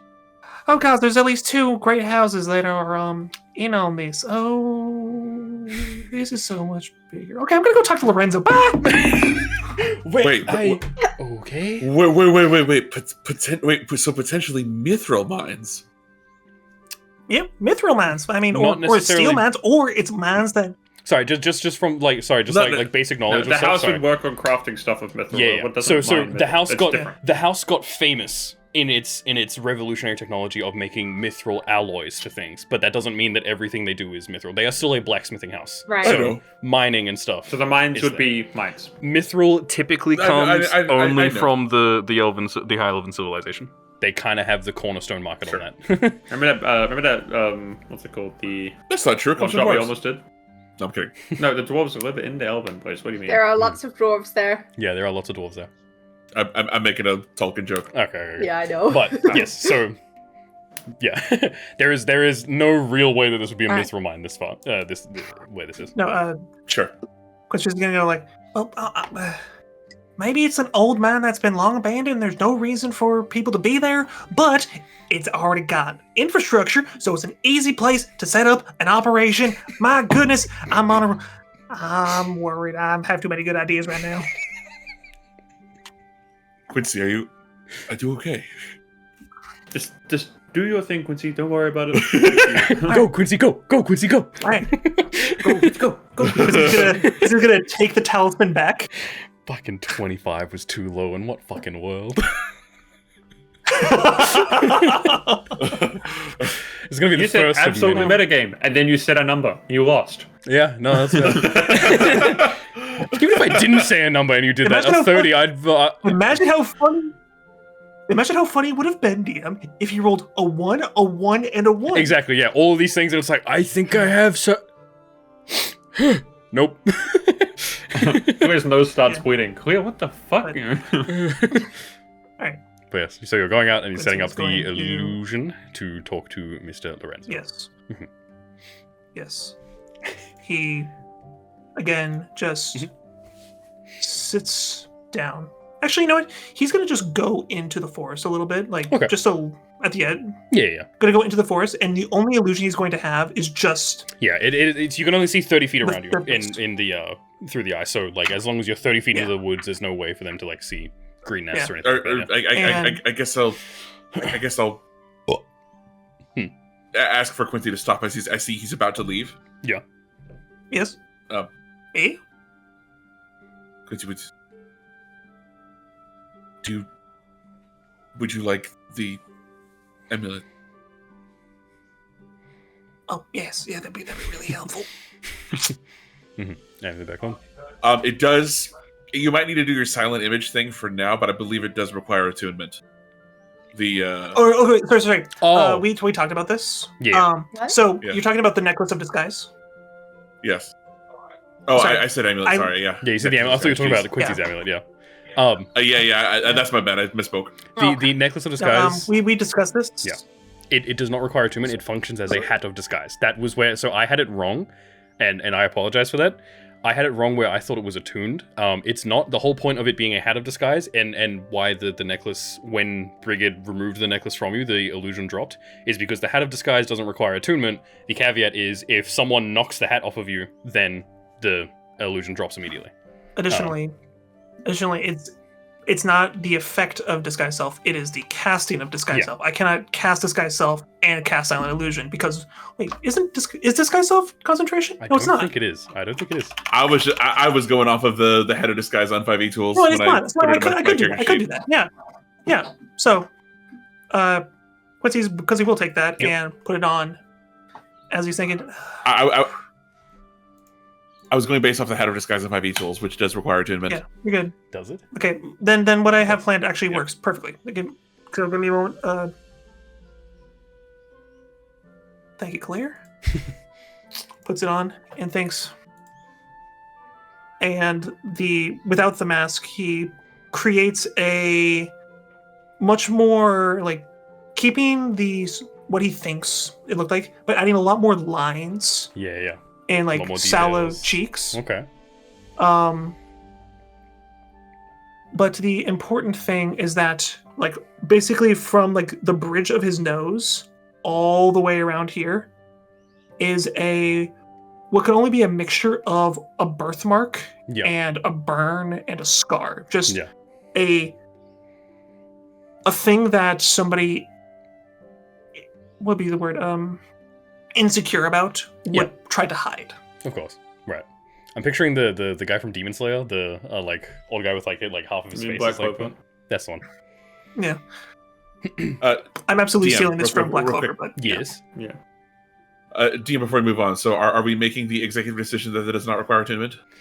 Yes. The Hat of Disguise. Let me The necklace. check it. Yes, I'm. The executive decision is that the Hat of Disguise does not require attunement unless it's. Does it say otherwise? What does it say? It says requires attunement. Right. It does require attunement. Might be. Okay, I'm just asking. No, if you're good. you It is say important differently because otherwise this is, to the DM. this is an important. I wanted to make item. sure. Yeah, this is an important item that is going to be used a lot in this campaign. So yes, it does require attunement. That's my apologies. Where I got it mixed up was the spell ending if the hat is removed. I got it mixed up in that Gotcha. I said that Brigid broke attunement of you from it, which she wouldn't have done. The whole point is that simply removing it from your person is enough to end the disguise self spell. That was just my bad. yeah. It does say that specifically. Yeah. So we'll say Quincy is just sitting in the forest. Yeah. With the necklace, with anyone of those who wants to be around as he's just talking through the plan. Yep. One more time. Mhm. As he's beginning to attune to it. He goes, Yep. My name's Hexer Magda. Mm-hmm. I've been out vacationing. Why would I be out here? Getting away from annoying city life. This is he's having this conversation with you guys around him, right? Like if you guys wanted to follow him. Yeah, So, we're trying to establish stuff. Oh, Yeah. I see. so this is all of you can contribute to this, yeah. Claire, do you know if the Magda Manor is something that would be in the city? Or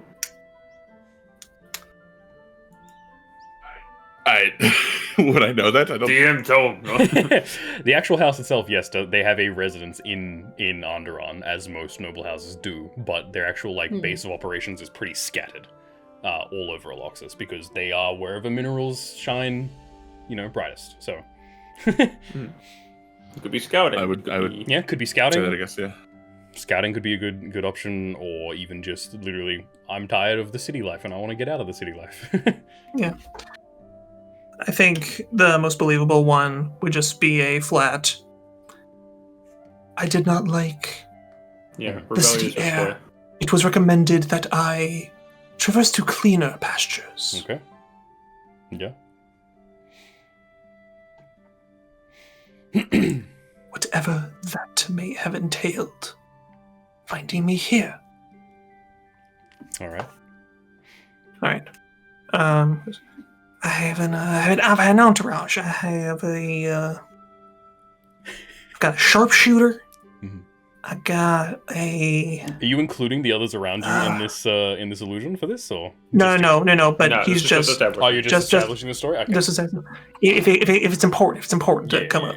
And he goes, I have a sharpshooter. I got an arcanist, and I got. Quincy looks at his eyes. Are you a double agent? Are you an Iron Shepherd? Are you just my eyes and ears? I don't know.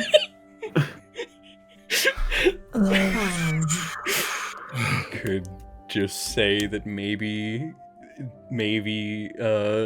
Silas is your point of I'll contact. call you my shadow. Yeah, shadow works. too. I was just gonna say you could spin it that Silas is your point of contact with the Iron Shepherds. That maybe you ran into him after Yeah, that's how you seeing the heard eye, of it. and then Yeah. all Silas The has to do eye is let cover me his believe. face and stuff. That Yeah. the eye Silas recognized and went, oh, that's that dickhead Barrymorn's eye. You have that? Damn, my boss is probably gonna want that. And that could be your Yeah. your in to Yeah, the, alright, to the that Iron works. Shepherds. Yeah. I'll be your contact. Not to play for you, Alright. but Yeah. No, I was Yeah. literally thinking we should discuss this. That's why I was bringing it up now before I go into this and completely beef our opportunity. So, all this prep, and then Lorenzo just, no, I don't want to talk right now. Yeah. All right. I'm far too busy. All right. And what we want is, and this is come from genuine emotion, I lost friends tonight. That's believable. I could have met those envoys in Onderon. I could have met those envoys at any point in my life. And I consider them friends. And now they're dead. And maybe in my arrogance, in my You did sureness, tell him that there was an event in Green Nest. He would have reason to believe you were I here with did. the Rykard envoy.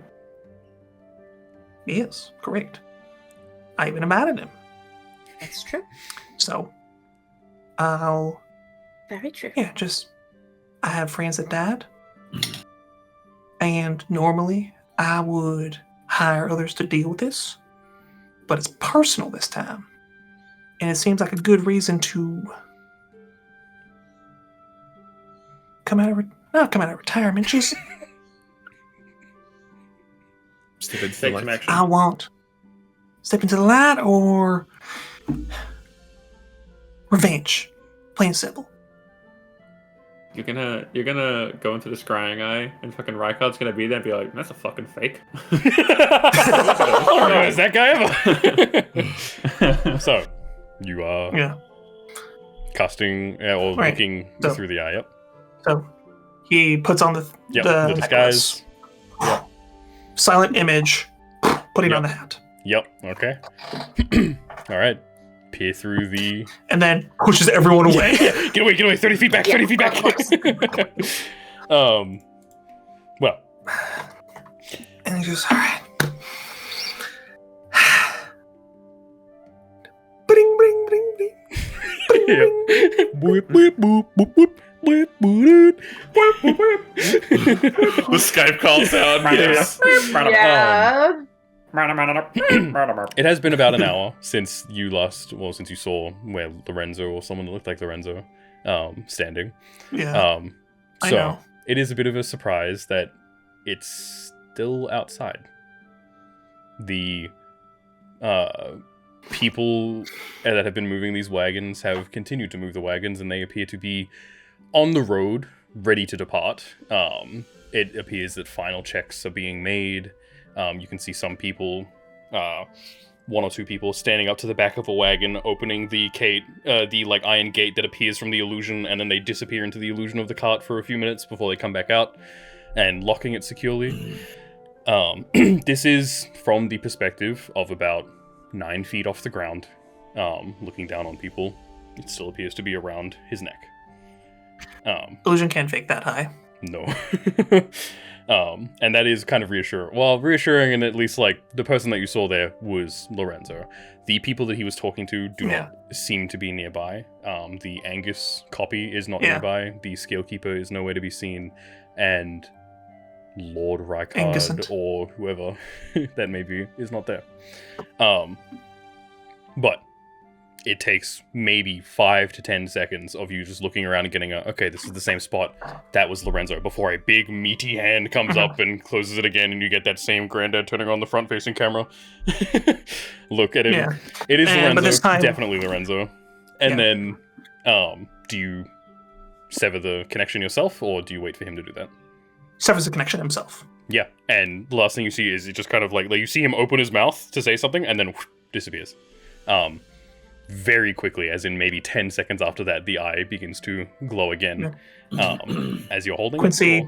accepts it. Yep. He sets it down. Yep. And he stands in full view, Okay. resplendent in the disguise, and begins speaking in Elvish. Yep. Apologies. In Elvish. Apologies. I did not see anything. I promise. Mhm. Remember the invite I sent? Someone else accepted it. And dear friends of mine are now dead. Okay. I'm just typing out what A you're saying. red... He just grimaces. A red dragon born waltzed in and murdered multiple people.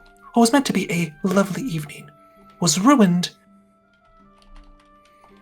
And I have a feeling you did not send them. That is not how you operate. Okay. You are about about the score. Not what this lunatic was raving about. Chaos. No. Okay. Normally, I would have my serfs sort this out. But I witnessed what this thing did to the so-called heroes of Green Nest. Ooh, okay, name dropping Green Nest. Yep. He goes, I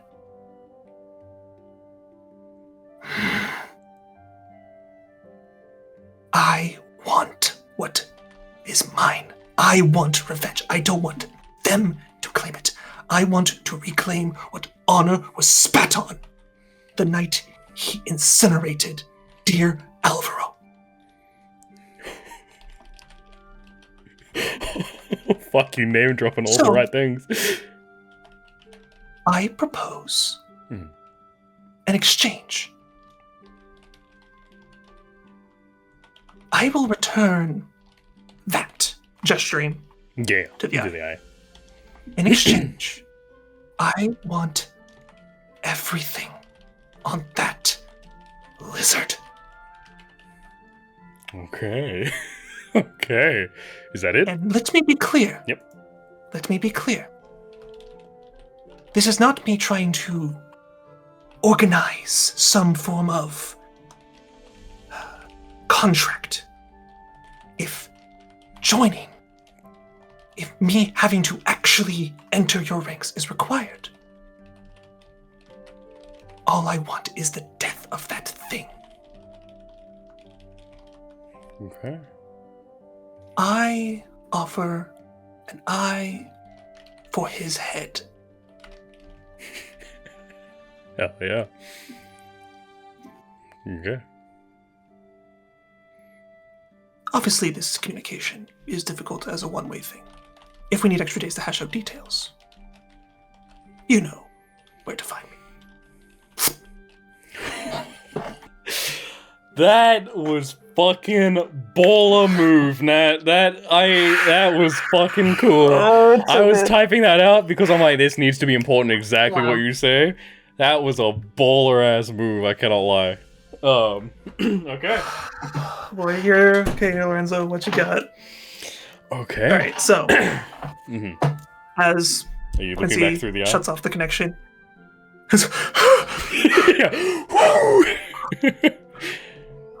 The rest of you could see this perfectly. Quincy looks at everyone. You're just outside of the range of the eye, so you could see everything that Yeah. Quincy and heard everything that Quincy said.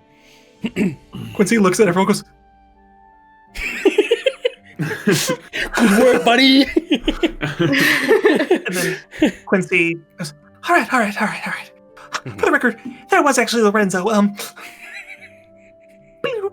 Can we see through it as well while he's doing it, or is he just gonna? It's just him. It is just the holder of it. Yeah, it's essentially okay, the whole point there in eye is that it's like just the holder is looking through them. Yeah, But- I was just trying to remember. No, good. Yeah. So unfortunately, none of you see this except for Quincy here. I will relay it. I'll relay it with the illusion.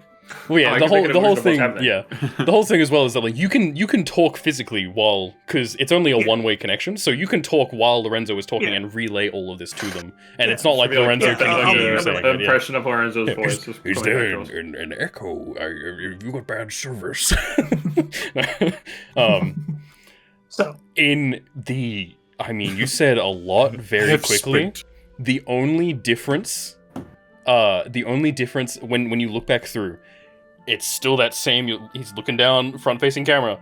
Yeah. He is stunned and notably shorter because he appears to have taken a seat wherever he was standing. He has just plopped to the ground. Sat And cross-legged on the floor. He's literally, this like even when he sat cross-legged, he's still about 6 feet tall. He looks stunned, and he simply says, I'm rereading all this. Sorry, I need to make sure I get this right. Everything was ruined. Thus end. Yeah. It says, were you wearing the robes? The Magda robes and everything, right? Yes. Yeah. It was You just didn't actually give like your name or anything like that. Was that intentional, or did you mean to like say your name? Because you came up with the whole Hexor Magda. Yeah, thing. I was waiting for you to say Hexor Magda. I That's okay. forgot to If you say forgot, that we can. Apologies, friend. My name is Hexor Magda. Blah blah blah. Like, that's perfectly fine if you just want to say that you have relayed that as well. If it just genuinely slipped I was just like, I'm waiting for him to name drop it himself genuinely here, but slipped like, my mind. I was in the zone and I forgot. You were on a roll. Quincy forgot. That's true. It's okay. You were in the zone. That's okay. So. Yeah.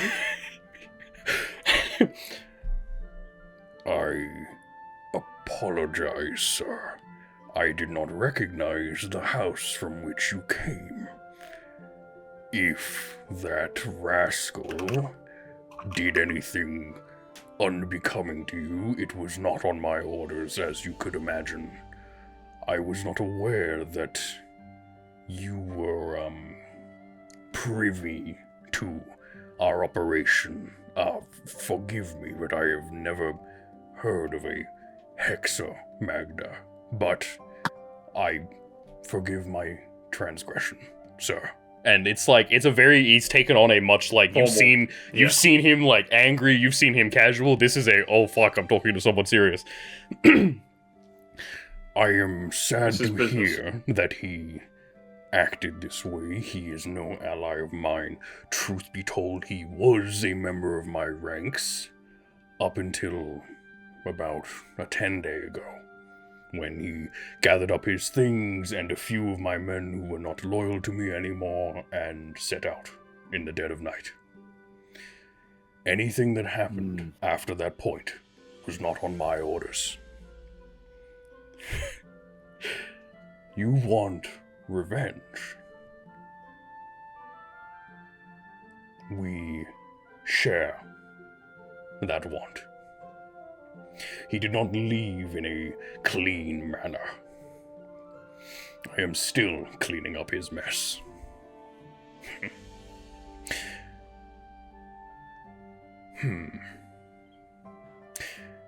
If you are who you say you are, sir, forgive me, I did not have this happen as long as it has by not being careful. Then you should speak to your people. They will help arrange a meeting. They will bring you to my area, and we will meet you. Keep the eye. We can keep in touch until you are able to make yourself known in my domain. Until then, you have my humblest apologies, sir. An eye for his head is a good trade. I look forward to hearing from you soon. And it cuts off. You did it. Shit. You fucking did it. You did it, Ned. I'm not even going to have Wow. you roll anything for that. You name dropped enough things, said enough buzzwords that, yeah, no roll is necessary for that. That was really The good. theater kid in me that Yeah. never got to flourish is like, AI. is so happy right That now. was really good, dude. But that is it. And I imagine Quincy is telling you all what he has said after that, so you all heard that, and you all know that, I mean, at least for now, it seems Lorenzo is more than happy to meet with Hexor Magda. Is it Hexor or Hexa? Like Hexa or Hexor? Hexer. Yeah, Hexor. Okay, gotcha. Okay. And if we need to have an apostrophe, so it's like Hexer. Yeah. There is just without, you did perfectly well, but when working with a house and appearing as a member of that house that he has never heard before, I know. you realize there's probably just me as a DM telling you that has worked wonders and he is open to meeting, but you probably have a very finite amount of time to make good on that before before investigations are proceeded, and then, hey, is there a Hexa? I don't fucking. Hey, do you remember cousin Hexa? No? I don't fucking know. So That's what I was you thinking, started the yeah. clock on that. But Yeah. very fucking good. That was cool as fuck. So Just gonna say, like, this is the best way to describe it. The die has been cast. yeah. Yes. We've given ourselves an opening, Oh, yeah. and it's whether or not we take it Half an is opening, time yeah. sensitive now. Okay. So, what do you want to do now? I want to go home. Someone should probably warn Angus of the things that you saw. I know that was something that you wanted to do. Yeah, no, we were going to do that. Oh, yeah. Sweet. No, Quincy's gonna. All right. Grabs the decanter. Go. And you all see Quincy drinking from this decanter for far longer than should be possible.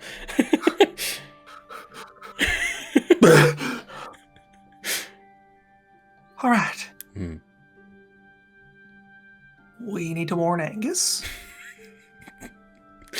And then tonight I need to make my hexer known.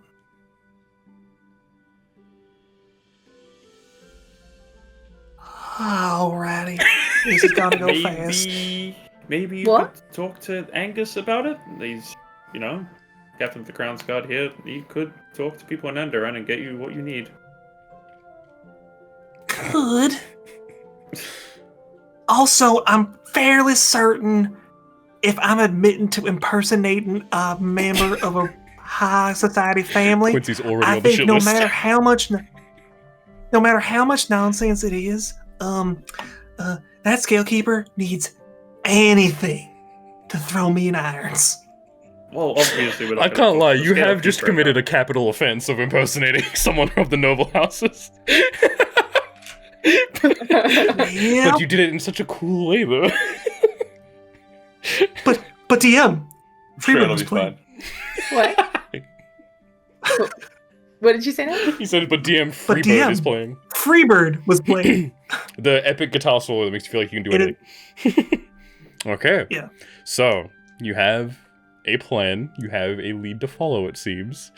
Who wants to go tell Angus? We can skip over this a little bit and like other than I mean, I guess I could. yeah, absolutely. Oh dear, when do we level up? I'm scared. I'm going to be so for real.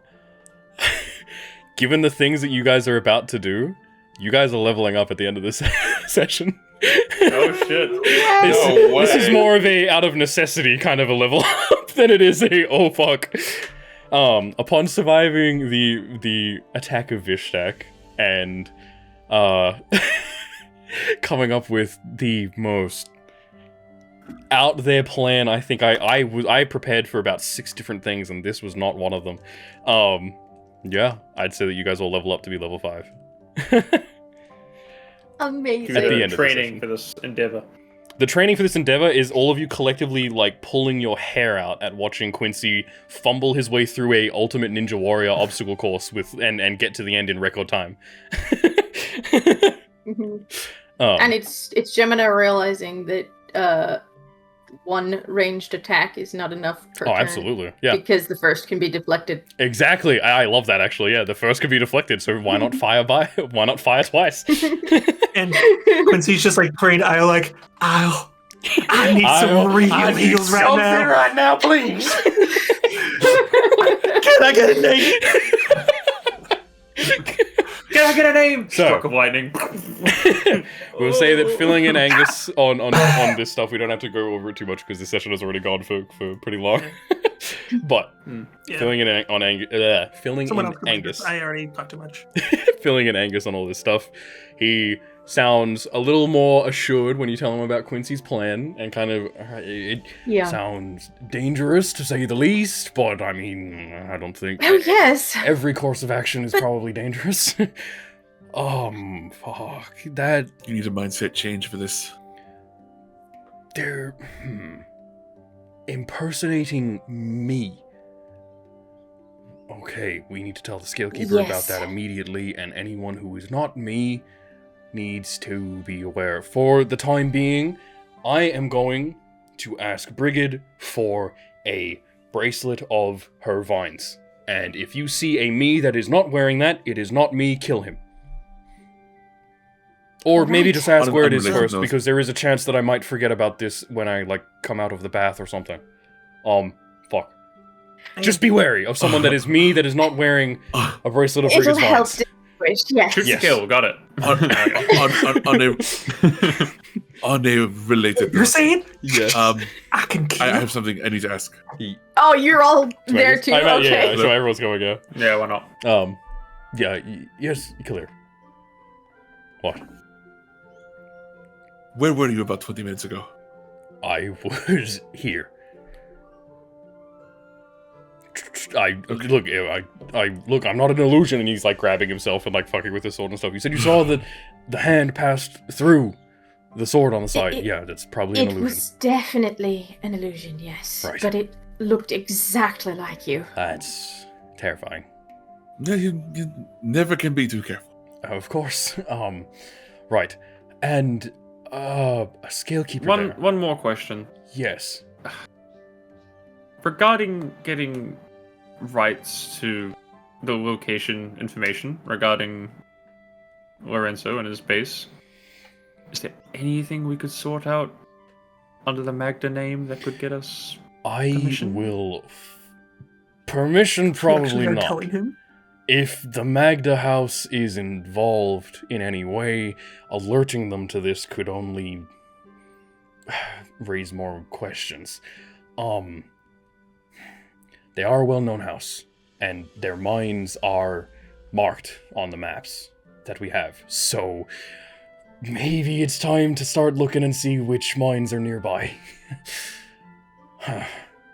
They do have a mine in the Barrier Peaks that I know of. So hopefully it's that. Oh. If not, then I don't know. But we have a direction to follow, which is good. Could you show us where that is on the map? Sure. I'm gonna pull out. Let me just go here. Another miner needs help. I'll mark it on your map. Yeah. Yeah, let me go to here. Let me go to the Elloxus map. I'm sorry, this session has been a lot of talking. Piece of mithril is fallen into the river in Lego City. In the middle of the Bryn Mawr swamp. I don't see it. Give me a second. A baby dragon has fallen into a river in Lego City. Wait, Pascal is giant. Look how big he is compared to Green. That's true, yeah. Holy shit. So wow, dude, I am going to... He's an ancient dragon. I am going to draw where several of these mines are. The nearest two. One is over here, underneath Quincy's cave, to the south of Quincy's cave. Okay. Right. The other in one, Quincy's cave. The other one would be. Are you marking it on the map? Yes, I drew on. Yes. Can't wait for us to realize Quincy was just a big the black disguise. X, Guys. Okay. And the the other one Hexamag there is actually just who Quincy is. The other one is. I've willed a new NPC into existence. You really have, yeah. Hexamagda, yeah. Mm-hmm. The other one is.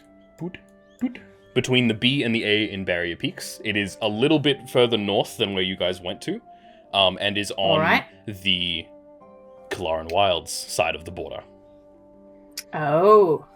Right, because it's on that side of the It's on that side, yeah. The border is kept mostly amongst the mountain range, but pretty much from the mountain range south, it's loosely kept. There are checkpoints along highway roads and, main roads and stuff like that, but it's very easy for people to just kind of avoid the highway and avoid the main roads and go through the forest. It's not very well kept this far south. Far north, it would be fucking like TSA levels of shit. But so he kind of says, those are the two closest that I could see. You said big fucking mines on the side of a mountain. Well, this one, and he points to the one by Quincy's cave and kind of says, from what I remember, this one is closer to the hills. That probably doesn't... Also, I've been around that area. That's fair. Did you ever see any mines or miners? No? No, you haven't. No, only me minding my own business. Fair. Then, well, I mean, to be fair, those Crownsguard that you found with Vola's help were near the Barrier Peaks too, until you stumbled into the cave with Fel'Drunaxx. Maybe those are more closely located than we thought. Yeah. Best bet would Maybe. probably be to there. Maybe. It does Probably. track with the. And It does track with the activity that we've noticed. And Brigid would be able to transport you all back to at least the mouth of the cave where Fel'Drunaxx was, as she That's true. That would aid in the journey. knows where that is. That would cut out a majority of your journey, but We wouldn't be able to get horses for not through the tree, unfortunately, no. Horses are a bit too big. Maybe. They would fit through Brigid's tree, but I don't recall there being a tree big enough for horses when you guys got there. Unless I misremembered. Remember one thing. Yeah. The road was paved. We simply need to follow roads. Like they're That's moving true. cargo. And sure Really enough, big. as you say that and kind of looking back at the thing, I completely forgot that. I mean, look at where that dotted red line is on the map. That is one of the main roads that leads through the Kalaran Wilds on the on that side of the border. It would be. Does it end towards the forest? It fizzles. So the highway kind of fizzles out. There's still a road there. Yeah, The fucking it's not question as mark big. going. Yeah, the red is the main like highways of that kind of area. So those would be the ones where every day or two of travel there's a checkpoint. There's active patrols going up and down. Once you get kind of past the actual barrier peaks themselves, then the patrols fizzle out a little more and they're less common and it's less heavily policed. But yeah, I mean, fucking.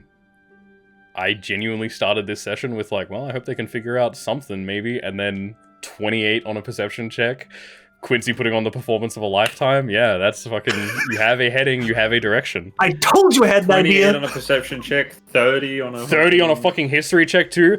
That you genuinely in those 2 rolls, you actually cut what I had planned by about 5 sessions. I want to say easily like 4, maybe 5. Oh my goodness. That's awesome. Nice. So, Excellent. Good work, team. Yep. and he points out and he says, that's probably it. I could send a small, if you guys are intending on leaving anytime soon and cutting out that week and a half of travel, I could send a small group when they get here from Onderon immediately to that site. If that would help, maybe? Or is this more of a covert thing? I think any Crown's Guard presence, at least with what we're doing right now, would only hinder us. True, and I would have to send in ununiformed guards because they would probably be... Well, they wouldn't be liked on that side of the border. Right. Well, I think it's in our best bet to... I haven't turned as a Gemini. Your aunt, Andy, can scry. Yes. Let's have a agreed time every day for you to sit, and when she scries on you, you say what's been going on. Ooh, that's really smart. Better than actually. sending. Yeah. That's an Or she could idea. warn you with a sending spell and then scries on you and you explain everything. That's a really good idea, actually. I like that. And that way we can keep her informed with our movements. And Okay. Yeah, that's a good idea. Well. That's just my thought. Mm-hmm. That's a good idea. He says, so there is one thing that has been bothering me a lot. That individual that you saw with Lord Rykard's robes and the crest of the university, if that was Lord Rykard, who the fuck is on their way here now? That airship going from Fel'Drunaxx's cave left a day or 2 ago. If who you saw over there was, in fact, Lord Rykard, Lord Rykard was supposed to be with that group with Fel'Drunaxx's body. If you saw him at those mines... Quincy thinks for a moment. Well, there are those similar rankings. The... what? What's that now? No, the simultaneous. Why did you say that to Quincy like you're talking to a dog? What's that, boy? He fell in the well? It did sound a little like, what was that, boy? That's not what I meant at all. No, I know it's not what you meant. It was just kind of funny. I know. I'm sorry. But sorry, yes. I'm hoping Clear jumps in with this. Yeah. Yeah. That's what I was gonna say next. It's simulacrum, yes. It is the thing that is tied to you and your being. Right. That it could have been a simulacrum. The options, or this could be a simulacrum. The options at play. The options at play are that it either is a copy, as mentioned, a simulacrum. It is either a disguise, an imposter, or it is entirely possible that he possesses the magical means to, in the blink of an eye, transport himself between there and the ship. Anything is possible. Okay, so we aren't He's ruling as competent out... of a mage as we've heard. That's fair. I thought maybe it was just an illusion to Teleport. look like Lord Rykard, but if you said that it dispelled that spell that Brigid used, then that's a pretty powerful spellcaster. So let's hope for simulacrum. I would hope that it's not the real Lord, but okay. Either way, he's probably going to touch down at sunset. I am going to do my best to pretend that I know nothing about this. Fuck, I'm gonna need a drink. Right. I'm gonna give, while he's talking, I'm gonna try and stealthily, give Quincy a nudge and be like, is it getting to a point where we should think about showing him the letter? He goes, rat.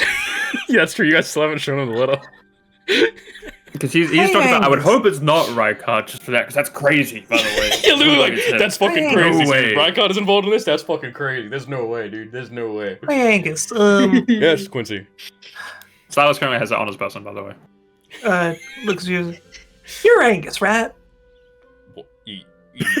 Yeah. Oh, yes. I'm not the illusion that you saw. Yes, I haven't gotten the band yet, but please don't shoot me. Quincy reaches for his blade that he noticed the illusion went through. You said if we ever saw you without Brigid's Vines and you don't have them on right now. I haven't gotten them yet! Quincy sees a floating quest marker over Angus's sword. I see circle. The Kratos finisher, yeah. But he says, yes, I am me. I don't know how to prove it to you, but I'm me. There is reason, we have reason to believe that Lord Rickard is involved. One of the... When we dispatched with the convoy that had the wagon, right. One of the pieces of paper they had was charmed. It was... Right. Hiding a true intention. Right. And Quincy will turn to Cleo like... Because he goes, Clear, could we have it, please? Silas has it. Oh, Silas has it? He did it! He got it mixed up! Yes, it's not just me! Right? Please just show me the letter. Here. Okay. Here. He reads, and then a few seconds. I want you to know, he's not in bad faith, but there were crowns guard at the envoy. We didn't exactly know who we could trust. I don't care why you kept this from me. I just care what it says at this point. Oh. Oh. Oh. No. I wish you didn't show me that when I'm supposed to meet with him in an hour! Oh, yeah. All right, and he hands back the letter to you, and he just says,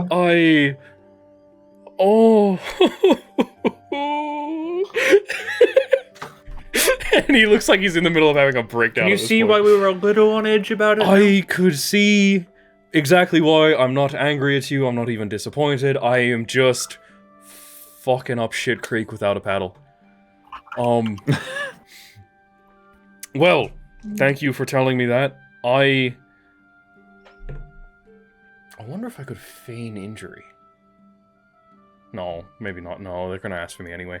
Alright, Raka's just gonna heal Well, I can fix you right up. No, don't do that. I saw what you've done to a bunch of other people. Please don't. I like my torso attached to my body.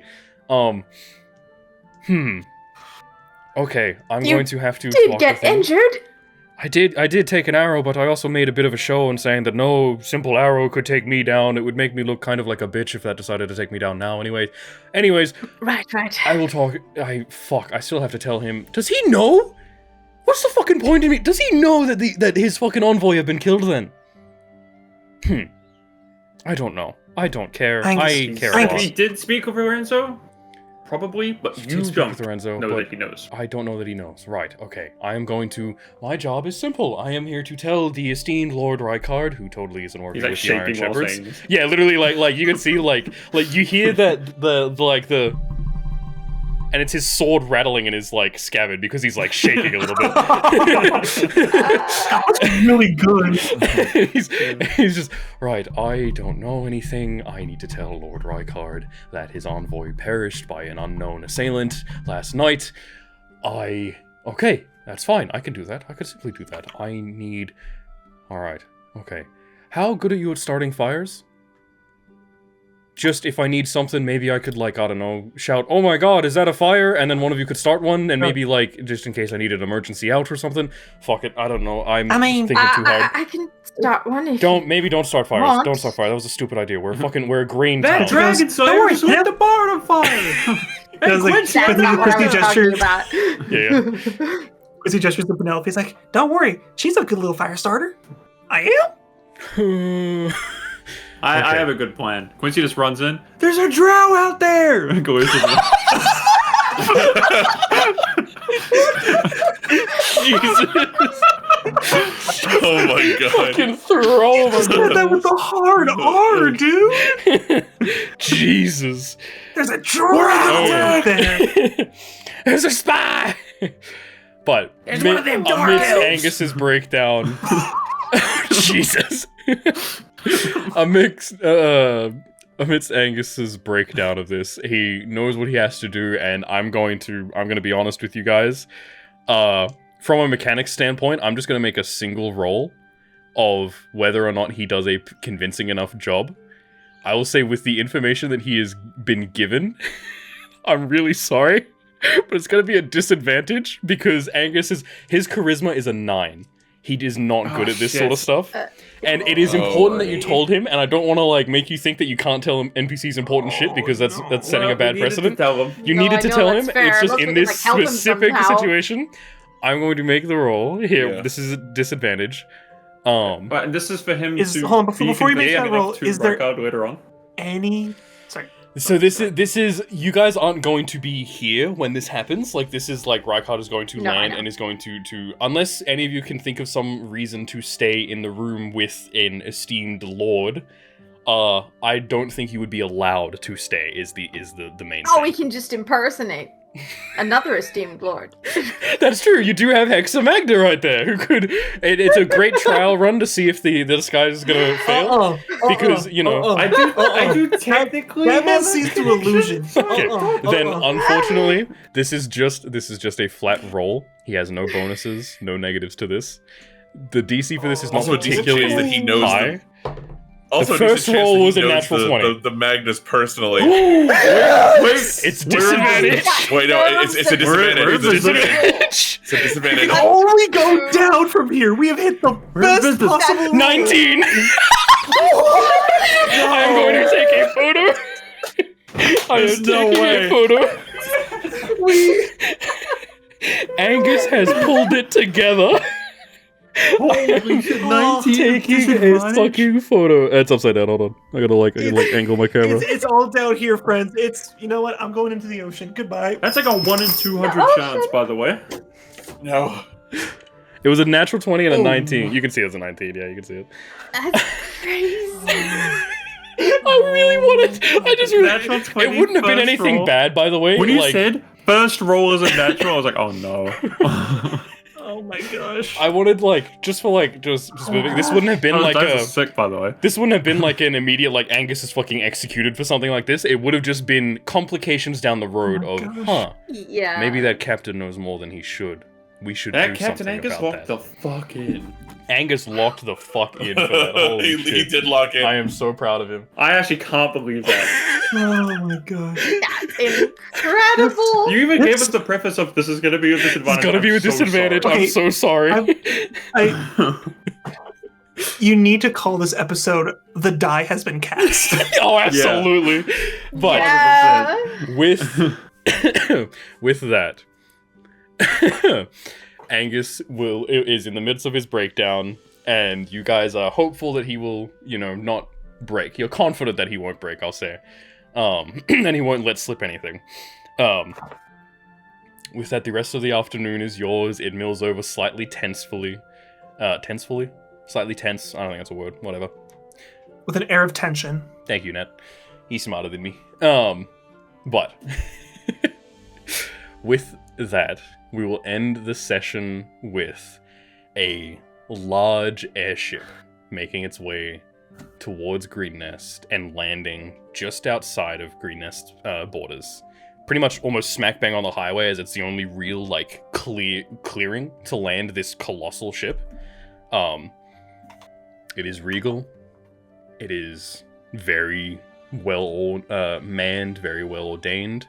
Out comes a small militia of about 10 different of Rykard's personal guards, 2 other envoys, and a almost identical looking Lord Rykard that you saw in the scrying.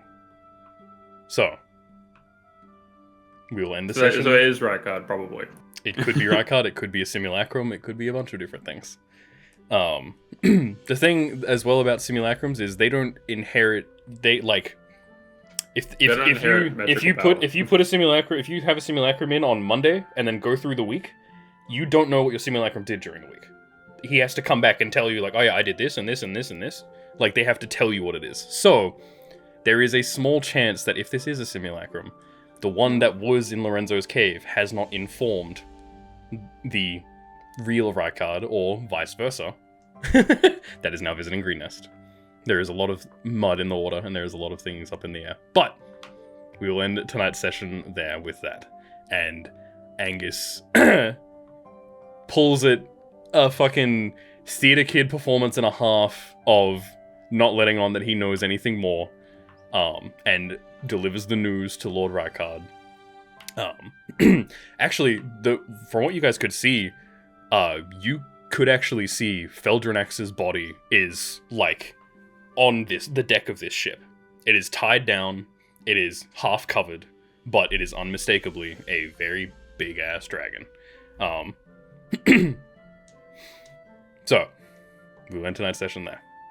And unless anyone has anything else that they wish to do, we will pick up next session with the following day after Lord Rykard has departed.